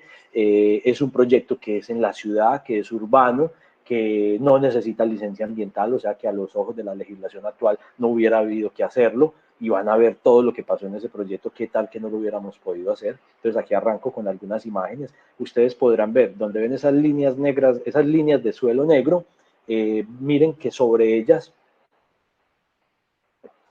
líneas de suelo negro, hay una cantidad de escombros y de llenos antrópicos. Esos suelos negros son los suelos arqueológicos o los suelos donde está la evidencia arqueológica, y los llenos antrópicos pues son los llenos de la construcción de la ciudad. Entonces miren que la construcción de la ciudad no afectó el sitio. Esto no sucede tampoco en todos los casos, esto es un caso particular, pero suele ser bastante frecuente que pase esto. No afectó los sitios, sino que simplemente la ciudad se desarrolló sobre el terreno natural que había, y lo que hicieron fue llenarlo con escombros para tener que sacar los suelos, que es lo que hacen hoy los constructores, que ya eso se hace pues también por normas técnicas. Antes no existían esas normas técnicas, entonces no había que retirar el suelo orgánico, y pare de contar. Ahí ven otra imagen donde se pueden observar los suelos negros con los escombros encima. Y aquí empiezan a ver unas imágenes relacionadas con los hallazgos. Esta es una vasija del periodo republicano, muy particular. Es la primera vasija que, por lo menos en el Valle de la Aburrá, se conoce documentada en un hallazgo arqueológico, porque piezas de contextos de guaquería hay muchas, pero este tipo de vasija, que es una especie de embudo o filtro del periodo republicano, es la primera que se logra encontrar en contexto arqueológico. Estructuras en piedras totalmente sepultadas que corresponden a construcciones antiguas, las famosas acequias. Aquí voy a pasar rápido porque pues ya hemos hablado del tema, entonces es simplemente ver la imagen y entender de qué se trata. Las famosas acequias de Envigado, que salieron cerca de 60. Esta que es muy grande, que es la de la 36. Si, yo no puedo ver todavía quiénes están conectados en este momento porque veo la presentación, pero si Ángela todavía pervive a la presentación, Ángela, que está en Envigado, esta es la acequia de la 36, la acequia que hoy de manera muy olímpica el municipio... Pablo, todavía estoy aquí presente. Ah, qué bien, Ángela, muchas gracias. Esta es la famosa acequia de la 36, que es la acequia que pasa por el pasaje peatonal del Éxito, que hoy de una manera muy, muy olímpica y muy desastrosa el municipio se está dando el lujo de intervenir, porque a juicio de ellos no necesitaban arqueología, a pesar de que se los advertimos de muchas maneras. están desarrollando pues algo que es muy importante para la ciudad, que es peatonalizar el pasaje del Éxito, pero ese es el famoso discurso que nos tiene hoy sin historia y sin patrimonio, que creemos que el desarrollo es lo que necesitamos, entonces el desarrollo a costas de la historia. No, el desarrollo se puede dar y se puede generar, pero necesitamos respetar la historia también. Entonces, yo creo que quedará para la posteridad este tipo de imágenes, porque la acequia ya no quedará. Esta fue encontrada en la 38, muy diferente a las anteriores. Si ustedes ven esta, el techo es de piedra y es un techo plano, en cambio en esta el techo también es una bóveda o un arco en adobe macizo. Esta es una acequia que conducía a agua potable. De hecho, en el interior de la acequia se encontraron vestigios de lo que eran las compuertas que daban el paso controlado. Aquí estamos en el Parque de la Fecundidad, que es al frente de la iglesia de San Marcos, en donde en la zona verde del Parque de la Fecundidad tuvimos que hacer algo pues, que no es muy agradable, pero es posible hacerlo desde el punto de vista técnico, y fue enterrar las acequias que encontramos, las 65 estructuras, que 60 son acequias y las otras 5 son otro tipo de estructuras, fueron enterradas de manera controlada en la zona verde del Parque de la Fecundidad, ya que no hubo nada que hacer con ellas, porque varias propuestas que hicimos de que las reconstruyéramos en espacios públicos para que fueran una especie de museos de sitio y que la comunidad las pudiera ver, pues no fueron de interés de la administración del momento. Y lo que nos dijeron fue, no, denos otra alternativa que no sea exposición, y pues la única alternativa de diferente exposición es almacenar. Y hay dos formas de almacenar: en una bodega, corriendo el riesgo de que en 2 meses nadie sepa qué es eso y lo usen para cualquier cosa, o en un espacio de enterramiento controlado con unas medidas de contención de humedad y bueno, unas medidas de control para evitar el deterioro, en donde por lo menos sabemos que ahí están, y pues el día que sea posible que alguien se interese en estos elementos los podríamos sacar y reconstruir.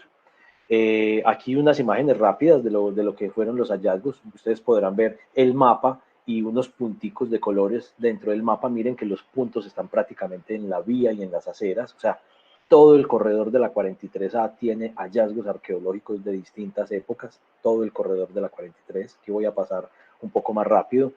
Esto es un modelo 3D que hicimos de una de ellas. Por ejemplo, esto es algo para lo que sirve el patrimonio en estos hallazgos. De la acequia de la 38, que era la acequia que les decía de agua potable, hicimos un modelo 3D y produjimos unas maquetas a escala que sirven como souvenir, y pues que es una forma de hacer pedagogía con el patrimonio. Esta maquetica, por ejemplo, se le puede regalar a personas que toman decisiones importantes frente al desarrollo de la ciudad, con el objetivo de que entiendan el valor que tiene el patrimonio, pero obvio, también se puede hacer como modelo pedagógico para las instituciones educativas. Simplemente se necesita que haya interés en este tipo de cosas. Por ahora solo tenemos una, que es esta, que la hicimos nosotros de nuestra propia cuenta, pues para mostrar de qué se trata, pero la pondremos en la exposición. No sé si se vayan a poder producir más, porque insisto en que eso depende de voluntades e intereses que hoy al parecer no los hay. Esto es una casa de tapia que estaba en el Parque de la Fecundidad. Infortunadamente, pues la casa no tenía ningún tipo de declaratoria patrimonial, entonces había que demolerla, y la demolición no se hizo con maquinaria pesada, sino que se hizo una excavación arqueológica para conocer también precisamente cómo estaba construida la casa. Esas técnicas arquitectónicas de la tapia no son comunes hoy a nosotros. En el Valle de la Urrá difícilmente usted encuentra quien sepa hacer eso, y muchas veces a algunas personas, por ejemplo en Altavista hay gente que todavía sabe hacer tapias, pero las sabe hacer más desde lo que ha aprendido y ha escuchado, y no desde las tradiciones originales de la tapia, que en este caso pues encontramos varias. Por ejemplo, en esta foto ven ustedes que hay un bloque que es del doble del tamaño de los que están debajo de él, cuando se supone y está documentado que los bloques iban creciendo en la medida que iban reduciendo su tamaño en la medida que superaban altura. En esta casa nos dimos cuenta que no, que eso no es una regla, que las técnicas son tan diversas como que aquí tenemos un bloque 2 veces el tamaño de los que están en el piso, pero este está a más de 3 metros de altura. Una imagen final de cómo quedaron las ruinas de la casa. Esto estamos procurando por hacerlo un museo de sitio. Hasta el momento, por lo menos, la administración municipal ha manifestado interés en ello, y queremos instalar acá pues un parque. Ya les voy a mostrar, miren cómo quedaría aproximadamente. Esto es un render, una proyección de cómo se verían las vitrinas para que la gente pueda estar en el espacio, caminarlo y vivirlo de alguna manera. y que eso sirva para divulgar esos elementos patrimoniales. Y aquí ya vamos a entrar en las imágenes de los hallazgos prehispánicos, pues que es importante que los vean. Aquí una reconstrucción del perfil, lo que les decía. Si ustedes ven ahí, la primera línea del dibujo en la parte superior es la calle, actualmente. Entonces, esa calle actual, miren lo que tenía debajo. Miren que estaba la base granular, que es la línea horizontal gris pequeña, que es esta. Este sería el pavimento actual, esta sería la base en la que está construido, y este es el suelo prehispánico que nunca fue tocado, y precisamente en ese suelo prehispánico ven acá uno de los enterramientos, que es este.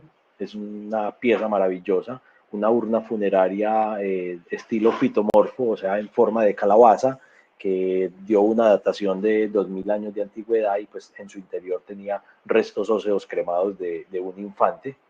Que miren todo lo que se puede analizar. Además estaba tapada con un metate, que es la piedra que ven arriba, que es lo que conocemos como el lavadero o la piedra la mazamorra.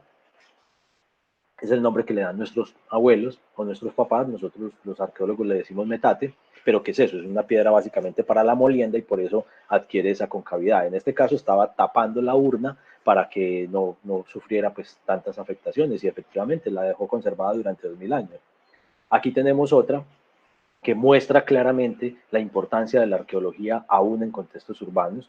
Si ustedes ven, esto es la urna, este es el hallazgo, esto es el alcantarillado, estas es las líneas eléctricas y este es el gas. O sea, más intervenciones modernas no pueden existir alrededor de ese enterramiento, y aún así el enterramiento se conservó. Aquí hay otra serie de enterramientos, aquí pueden ver las imágenes. Lo mismo, lo que decíamos ahora, enterramientos donde la cerámica tiene unas impresiones textiles que permiten otros análisis. Enterramientos también donde la urna está al lado del tubo de redes eléctricas, o sea que donde les dé por aumentarle 5 centímetros a la brecha, pues hubieran dañado este enterramiento. Enterramientos como este, que es una vasija que cabe en la palma de la mano, también tenía restos óseos. Imágenes tomadas con el dron de la zona de los enterramientos. Aquí pues voy a pasar un poco rápido. Miren esta imagen, por ejemplo. Esto es una excavación arqueológica en un contexto urbano. Miren que estamos en la mitad de la calle, hay casas al lado y lado, y a pesar de eso, pues que se creería que no hay nada que buscar o que no se va a encontrar nada, pues no, la respuesta es todo lo contrario. Hay vestigios por cantidad. Aquí vemos otro muy importante, de este hallazgo salió una pieza maravillosa que es lo que llamamos una pieza mocasín, o una piecita que pareciera como la forma de un zapato. Ahorita la vamos a ver. Este también es otro hallazgo con restos óseos. Y aquí hay unas imágenes pues aéreas de la zona de excavación. Voy a pasar rápido acá. Ya estos son los laboratorios, vamos a ver las piezas cómo quedaron, y con eso terminamos la presentación. Algunos de los restos óseos que fueron hallados en estas vasijas, en particular hubo un hallazgo que nos llamó mucho la atención porque fue posible encontrar la cantidad de restos óseos suficientes y en buen estado para determinar que se trata de una mujer de una edad aproximadamente entre 30 y 35 años, y que por el ajuar con el que estaba enterrada, o sea, los ornamentos que habían enterrados, la mujer fue cremada, o sea, lo que encontramos son los pedazos de hueso, no encontramos el cuerpo, ¿cierto?, sino los pedazos de hueso, pero el ajuar que tenía, pues da a entender, o permite suponer más bien, que se trataba de un personaje de rango en la sociedad, o sea, una persona importante. Estos son algunos de los restos. Los procesos de laboratorio, la toma de muestras para los análisis especializados, y aquí las vasijas ya restauradas. Esto es algo que es necesario hacer porque las piezas, uno diría, pero si lleva 2000 años enterrada, ¿usted por qué la tiene que restaurar si no se ha dañado allá? Pues claro, allá no se ha dañado porque está en un ambiente controlado de alguna manera durante 2000 años, está ahí quietecita, pero cuando tú la sacas y las expones a las condiciones actuales, pues ya eso va a cambiar. Entonces hay que hacerles unos resanes, unas consolidaciones de la pasta para que no se siga erosionando, y quedan pues como ven aquí la pieza exhibida. Esta es otra. Esta es otra. Esta es la pequeñita. Esta es otra que queda así. Miren que no solo es importante restaurarlas para que se conserven y no se vayan a deteriorar, sino que también es la posibilidad de mostrarlas, de volverlas un elemento museográfico. No sería posible si tuviéramos, como las vemos acá en esta imagen, todos los pedacitos, pues digamos que es difícil ver, para un ciudadano ver qué es lo que hay ahí, pues el arqueólogo sí entiende, pero el ciudadano necesita ver algo de esta manera. Y este es el mocasín que les decía, miren qué bonito. Esa pieza cabe en la palma de la mano, o sea, es sumamente pequeña, también tenía restos óseos cremados de un infante. Esta es la republicana, que es el embudo, que ya la veíamos en las piezas, pero aquí ya está restaurada. Y bueno, algunos análisis especializados acá, las fechas de carbono 14, donde se muestra la antigüedad de los materiales, y finalizo con esto, que es la hipótesis en la que estamos trabajando ahora, en el caso de Metroplus Envigado, de acuerdo a todo lo que vieron anteriormente, que son los análisis de laboratorio, de las piezas, de los materiales, creemos que hemos encontrado vestigios de lo que era una aldea indígena de hace 2000 años de antigüedad. O sea, una de nuestras primeras conclusiones de la investigación es esa, que el hallazgo finalmente corresponde a una aldea donde habían varias casas, y aquí esta línea verde pues representaría una de esas viviendas donde se encuentran materiales concentrados dentro, fuera de la vivienda, y la mayoría de los rasgos que se ven por fuera, que son todos estos, pues son las tumbas, son los enterramientos en vasijas, que para esa época era lo común, que los parientes se enterraran cremados en vasijas de cerámica y alrededor de la vivienda.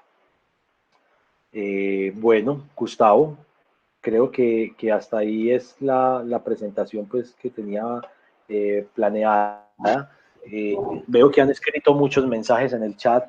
Voy a intentar ir leyendo mientras Gustavo hace como un resumen de lo que estábamos hablando. Dale, Gustavo. Bueno, muchas gracias, una presentación maravillosa. He visto en los comentarios y en lo que me ha escrito que a la gente le ha gustado bastante. Y ya para que respondamos algunas preguntas que tenemos en el chat. Vale, Gustavo, ¿de pronto has logrado compilarlas tú para yo...? No, está en el chat y hay otras de... Un momentico.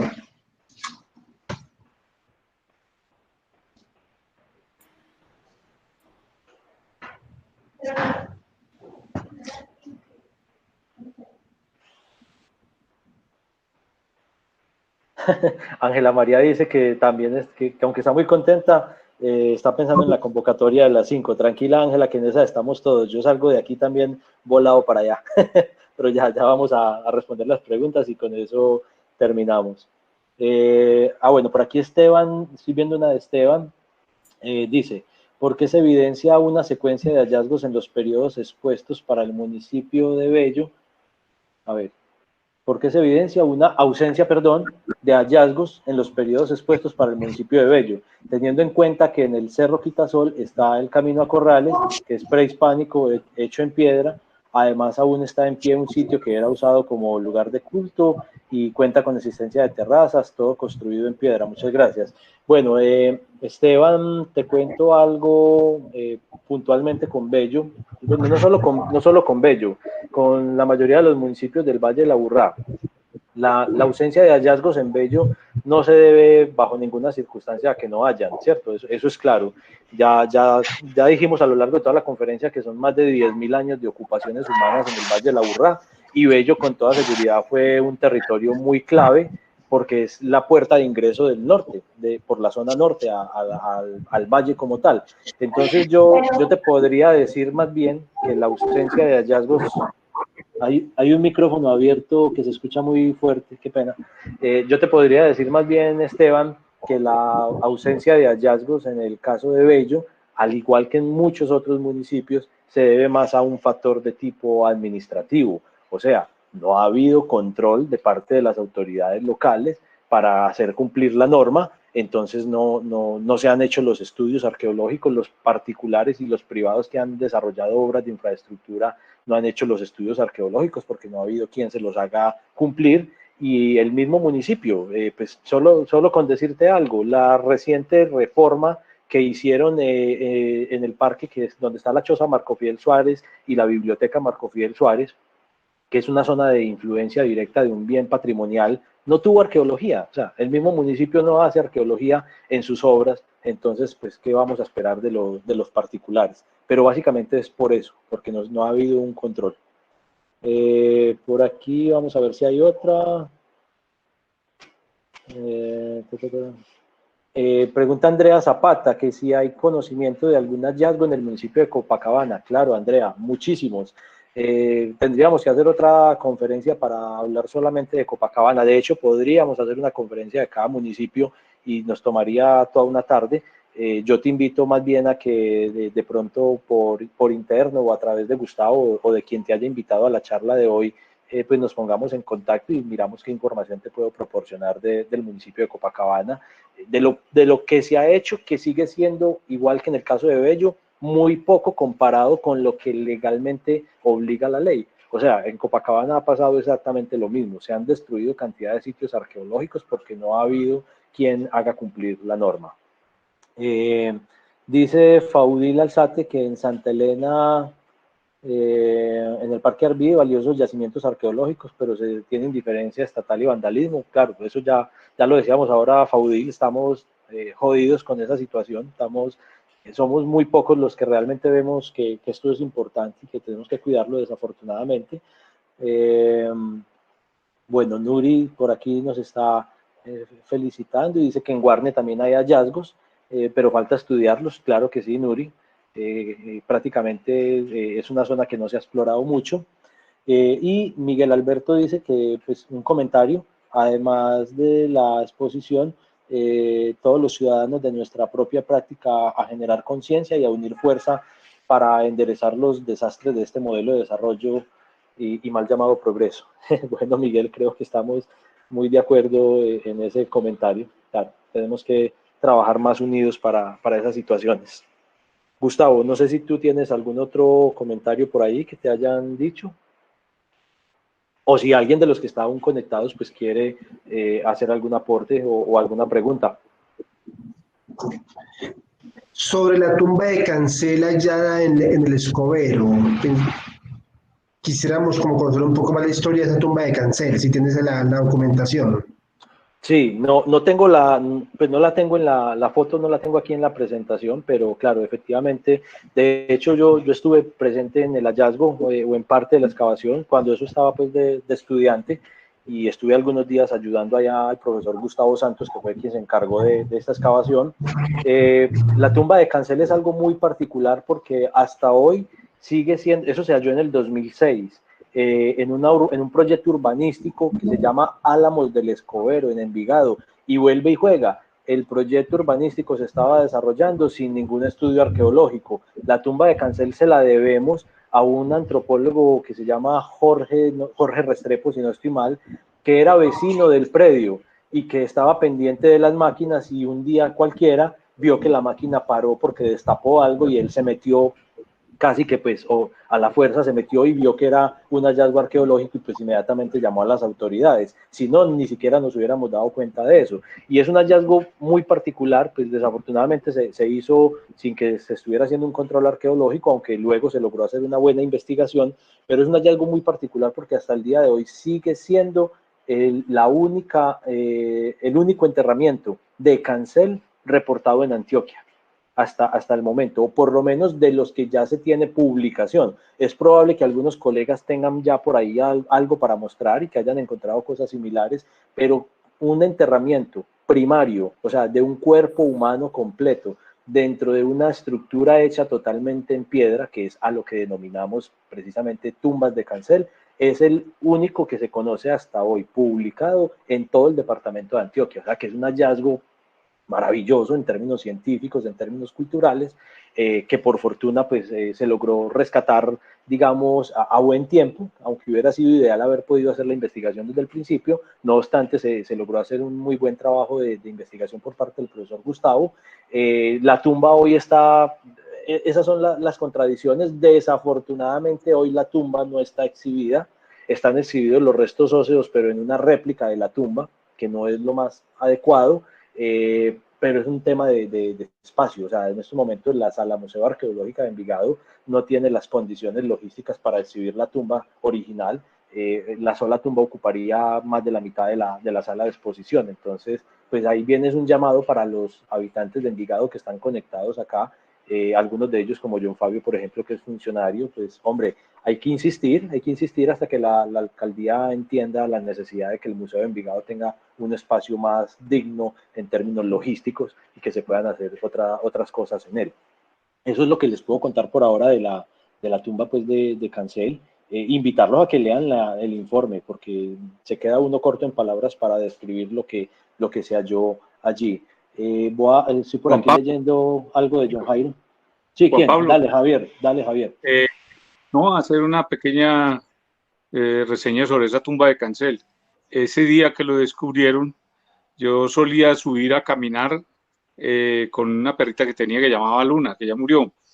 Resulta que cuando yo subí, habían sino un señor, el que tú dices, ¿cómo es que llama? El antropólogo. Jorge Restrepo. Jorge, estaba ese señor, el señor de la máquina y el ayudante de máquinas. Y yo, pues, de casualidad, pues, iba por allá.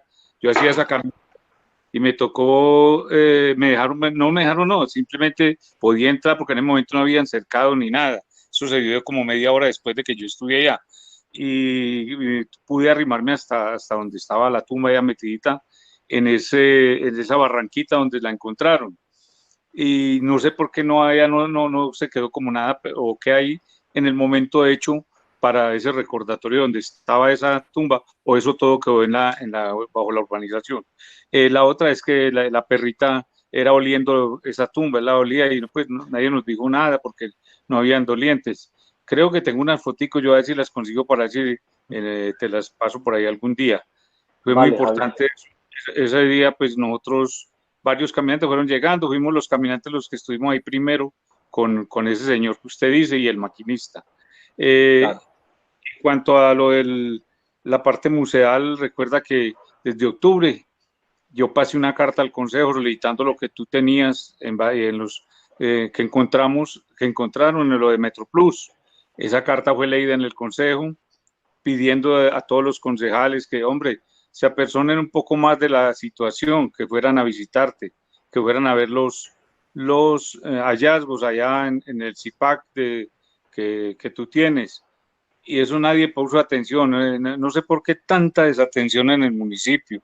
John Fabio, que está oyéndome y todo eso, hombre, vamos a meterle otro refuercito a eso, no solamente porque yo mandé esa carta y allá se habló, sino que ahora que tú hiciste la reunión nueva, pues no pude ir, porque ustedes saben, por el problema que he tenido de rodilla. Ya gracias a Dios hoy ya estoy haciendo una terapia, ya estoy caminando nuevamente. Y qué bueno hacer una reunión contigo sobre eso, aparte de lo que se habló en la reunión que tuviste sobre los hallazgos. Hombre, los vigías como John Fabio, como todos los de Envigado, metámosle un poquito más de fuerza a eso, mandemos otra carta. Mira que tú me dijiste que si estos hallazgos no van a pararle bolas en Envigado, ¿cómo llama la cuestión nacional de museos? Pueden interferir, porque ya llevan más de 3 años fuera de su sitio, porque lo tienen en otra parte, porque están en estudio. Tú terminas el estudio ahora, termina en noviembre. Sí, vale, Javier, dale, no hay problema. Queda claro el mensaje y antes te agradecemos mucho pues el apoyo ahí. Vale, voy a seguir, Javier, qué pena, con otras preguntitas para que alcancemos a responderlas todas, pero te agradezco mucho la intervención y bacano que hayas podido presenciar también lo de la mujer del Cancel. Bueno, sí, por aquí un compañero de Medellín, Anne Experiences, habla de que qué sabemos del hallazgo que hubo en el centro de Medellín, donde se encontró una vasija que pertenecía a los incas. Te cuento que no tengo absolutamente idea de cuál hallazgo me hablas. Si después me puedes mandar algunas foticos o algo para referenciarlo, yo puedo averiguar qué pasó con él.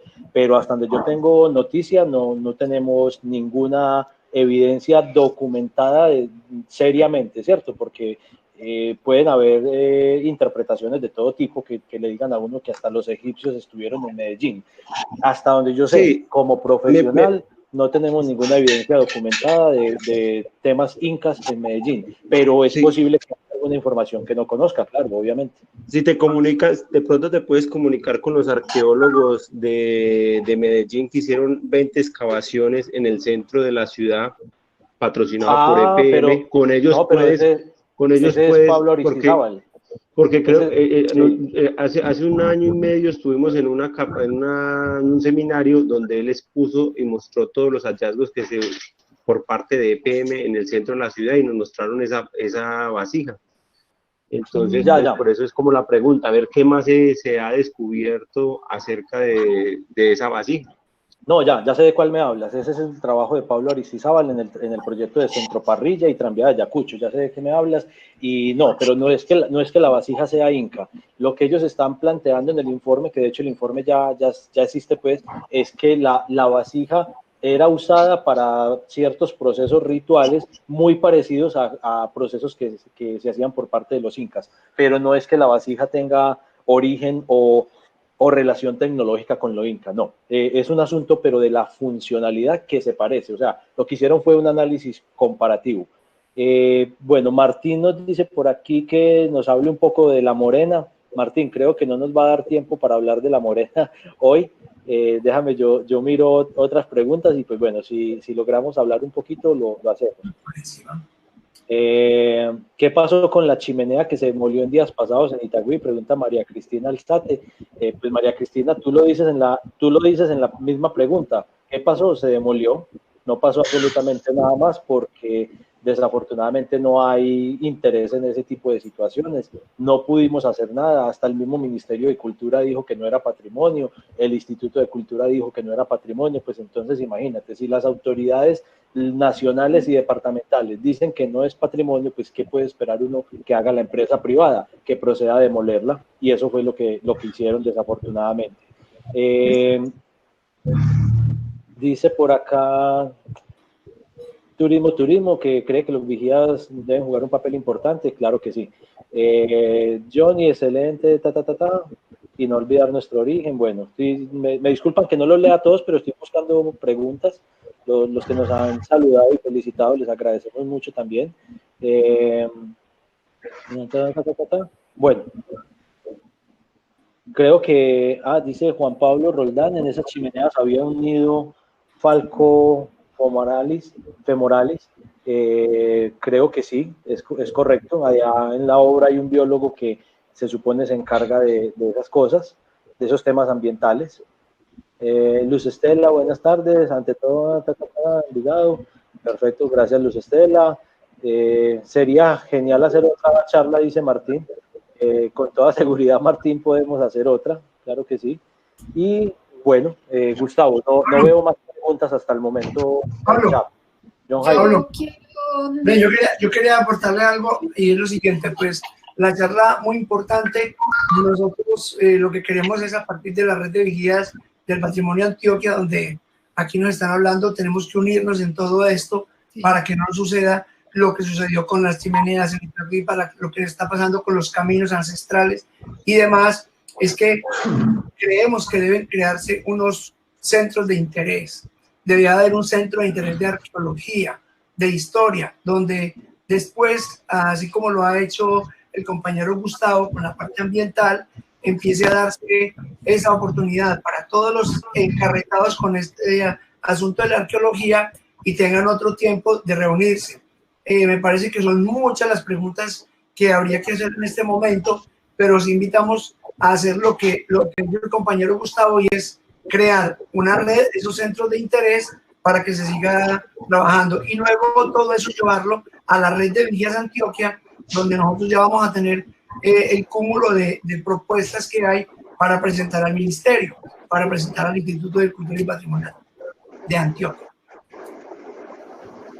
Gracias. Vale, John Jairo, muchas gracias. Vamos con Ángela, que iba a decir algo. Muchas gracias. Primero que todo, a Gustavo pues por haber convocado esta reunión, y a Juan Pablo por toda esa información tan importante. Y estoy totalmente de acuerdo con John Jairo, nuestro compañero de La Estrella. Esto hay que fortalecerlo porque nos quedamos muchas veces en una información toda bonita, nos emocionamos, pero a la hora de la verdad nos desilusionamos con situaciones como esas, donde se destruye y se acaba con lo que supuestamente no está declarado. O sea, la parte legal que nos ayuda a fortalecer y a defender lo que tanto amamos. Muchas gracias. Feliz tarde para todos. Gracias, Ángela, a ti también. Adelante, Gustavo. No, muchas gracias a todos, y esa es la idea de estas reuniones, y esa es la idea de fortalecer nuestras redes de patrimonio, tanto la ambiental como la cultural, es que nos conozcamos, que charlemos sobre estos temas y que ya hagamos propuestas de cómo fortalecer más para proteger todo este patrimonio que tenemos en Antioquia. Claro que sí, Gustavo, muy bien. Bueno, no sé si de pronto alguien más quiere decir algo o preguntar algo, y si no, pues vamos despidiendo. Bueno, de aquí de San Luis, Antioquia, muchas gracias Gustavo, muchas gracias Juan Pablo, y pues muchas gracias a quienes estuvimos aquí acompañando. Es muy importante que estos conversatorios se sigan haciendo, porque es que justamente por falta de apropiación es que se está acabando con el patrimonio. Tenemos un Estado que poco o nada le interesa rescatar la cédula, y esa cédula es justamente estas representaciones culturales de nuestros ancestros. Y la única forma que tenemos en el momento es los voluntariados. Los voluntariados tienen mucha fuerza porque son eso, son voluntad. Mientras que hay otras que hay a las entidades, aunque les pagan por ello, se hacen los de la vista gorda para ir al rescate de este patrimonio. Entonces, nosotros, claro, tenemos que fortalecer las redes de vigías y aunar esfuerzos para que temas como esto no sigan desapareciendo. Aquí en San Luis tomamos la decisión de ir apropiándonos de senderos como, por ejemplo, el del padre Clemente Giraldo, que es un camino que muy seguramente él siguió, él no lo empedró, pero siguió un sendero prehispánico en piedra, y aquí lo estamos recuperando. Y eso es solamente ¿para qué? Para que la gente se enamore, porque es que nadie va a defender algo que no ame, eso con seguridad que no va a pasar. El que no conozca no va a amar, y el que no ame pues no va a proteger. Entonces hay que seguir dándole duro. Yo sé que el trabajo es muy difícil y dispendioso, sobre todo ahora lidiando contra una cosa como es el COVID, pero nos queda la virtualidad. Estos encuentros creo que fortalecen el quehacer de los vigías de patrimonio. Así que mis felicitaciones a la red de vigías, profesor Jairo, a todos los impulsores de esta charla de hoy, y que espero no sea la única. Muchas gracias. Arnulfo, muchas gracias, qué bien, muy bacano, y claro, sabes que también cuentas con todos nosotros para seguir dándole duro al patrimonio de San Luis, que es una cosa maravillosa. Creo que sí, y valga decir que por aquí están invitados. Juan Pablo, vos ya conoces los petroglifos del prodigio, y sabes que todo esto que se ha encontrado allí ha sido a honoris causa, pues la gran mayoría, cosas que ya han estado ahí, pero yo pienso que si el Estado fuera responsable o la empresa privada fuera responsable, hacía rato habían sacado los recursos para hacer un estudio de arqueología preventiva en unas cavernas que no sabemos si fueron o no habitadas por indígenas, y no sabemos en qué irán a quedar, si se van a ir en volquetas, si van a terminar siendo cemento, o finalmente vamos a tomar la decisión de investigar qué más hay y qué proteger. Entonces, claro, pues, para adelante. Claro que sí, Arnulfo, así es. Bueno, a los que aún permanecen pues en la reunión, les puedo decir que si de pronto quieren ver un poquitico más esos temas también, pueden visitar la página web de nosotros, de CIPA. Se escribe así como el nombre, como el que ven ahí en la presentación, www.corporacioncipa, ese CIPA recuerden que termina en h.org, www.corporacioncipa.org. Ahí tenemos algunas cositas. Está también el correo electrónico, por el correo pueden escribir y yo les puedo pues ampliar alguna información. Y como decíamos ahora, y lo que decía Martín, esto es un tema que no se agota. Yo le diría, por ejemplo, a Gustavo, invitaría que la próxima charla relacionada con arqueología, pues no la próxima charla, que la próxima charla ya está programada y será con el profesor John Jairo, pero que la próxima charla programada con arqueología podríamos, por ejemplo, invitar al compañero Luis Guillermo López Bonilla para que nos haga algo así como lo que hicimos hoy del Valle de la Urrá. Luis Guillermo lo puede hacer de toda esta región donde él está. Y eso nutre más también porque vamos conociendo precisamente por regiones cómo está el componente arqueológico y de gestión patrimonial. Entonces esa podría ser una estrategia, que Luis Guillermo haga la próxima charla de arqueología. Sí, nos parece bien, ya lo programamos entonces. Y la idea es ir rotando, como hemos hablado, de que le demos oportunidad a cada subregión. Ahora en la próxima charla sigue John Jairo Pérez, luego seguimos con Rubén Darío de Bello, y ahí posteriormente vamos pasando por cada subregión de Antioquia. Claro, Martín acaba de colocar ahí en el chat la dirección de la página web para los que la quieran copiar y visitarla. Ahí la acaba de colocar Martín. Muchas gracias, Martín. Muy buen asistente. ¿O alguna otra pregunta o Jairo sigue con la presentación, con la invitación a la próxima charla?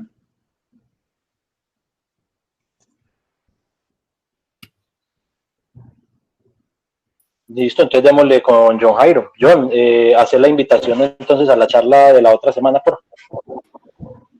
Bueno, sí, de todas maneras, muchas gracias a todos y por permanecer. Vuelvo, insisto, como dice aquí nuestra amiga Ángela, sí, esto tenemos que seguir reuniéndonos. Esto no puede ser que lo hicimos en julio y que o en agosto y que lo vamos a volver a hacer en diciembre. No, son los centros de interés en los que vuelvo a insistir y las charlas que tenemos que seguir haciendo. Pues la invitación que me hizo el profe Gustavo es para contarles lo que hemos trabajado desde la pedagogía y el patrimonio en el municipio de La Estrella.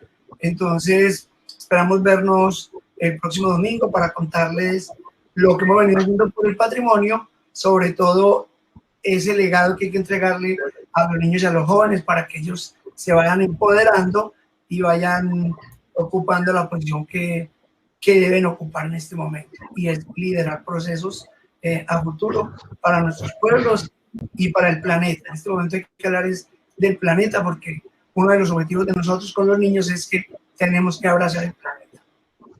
Gracias por la invitación y nos veremos el próximo domingo. Gracias, Jota. Bueno, yo también les agradezco mucho que hayan participado y que hayan estado en esta presentación. Muy amables a todos y un servidor más a la orden para todo lo que quieran consultar o saber de arqueología, y yo también estoy para aprender de todos ustedes, con toda seguridad. El conocimiento que manejan en las líneas de trabajo, pues para mí es música, como dicen. Muchas gracias. Feliz Muchísimas tarde. Gracias, feliz tarde. Muchas gracias. Chao. Chao, profe. Chao. Chao, Gustavo. Juan Pablo, hasta luego. Hasta pronto. Hasta pronto. Salud y armonía. Hasta dentro de 8 días. Amén. Bueno, nos vemos en 8 días. Muchas gracias a todos.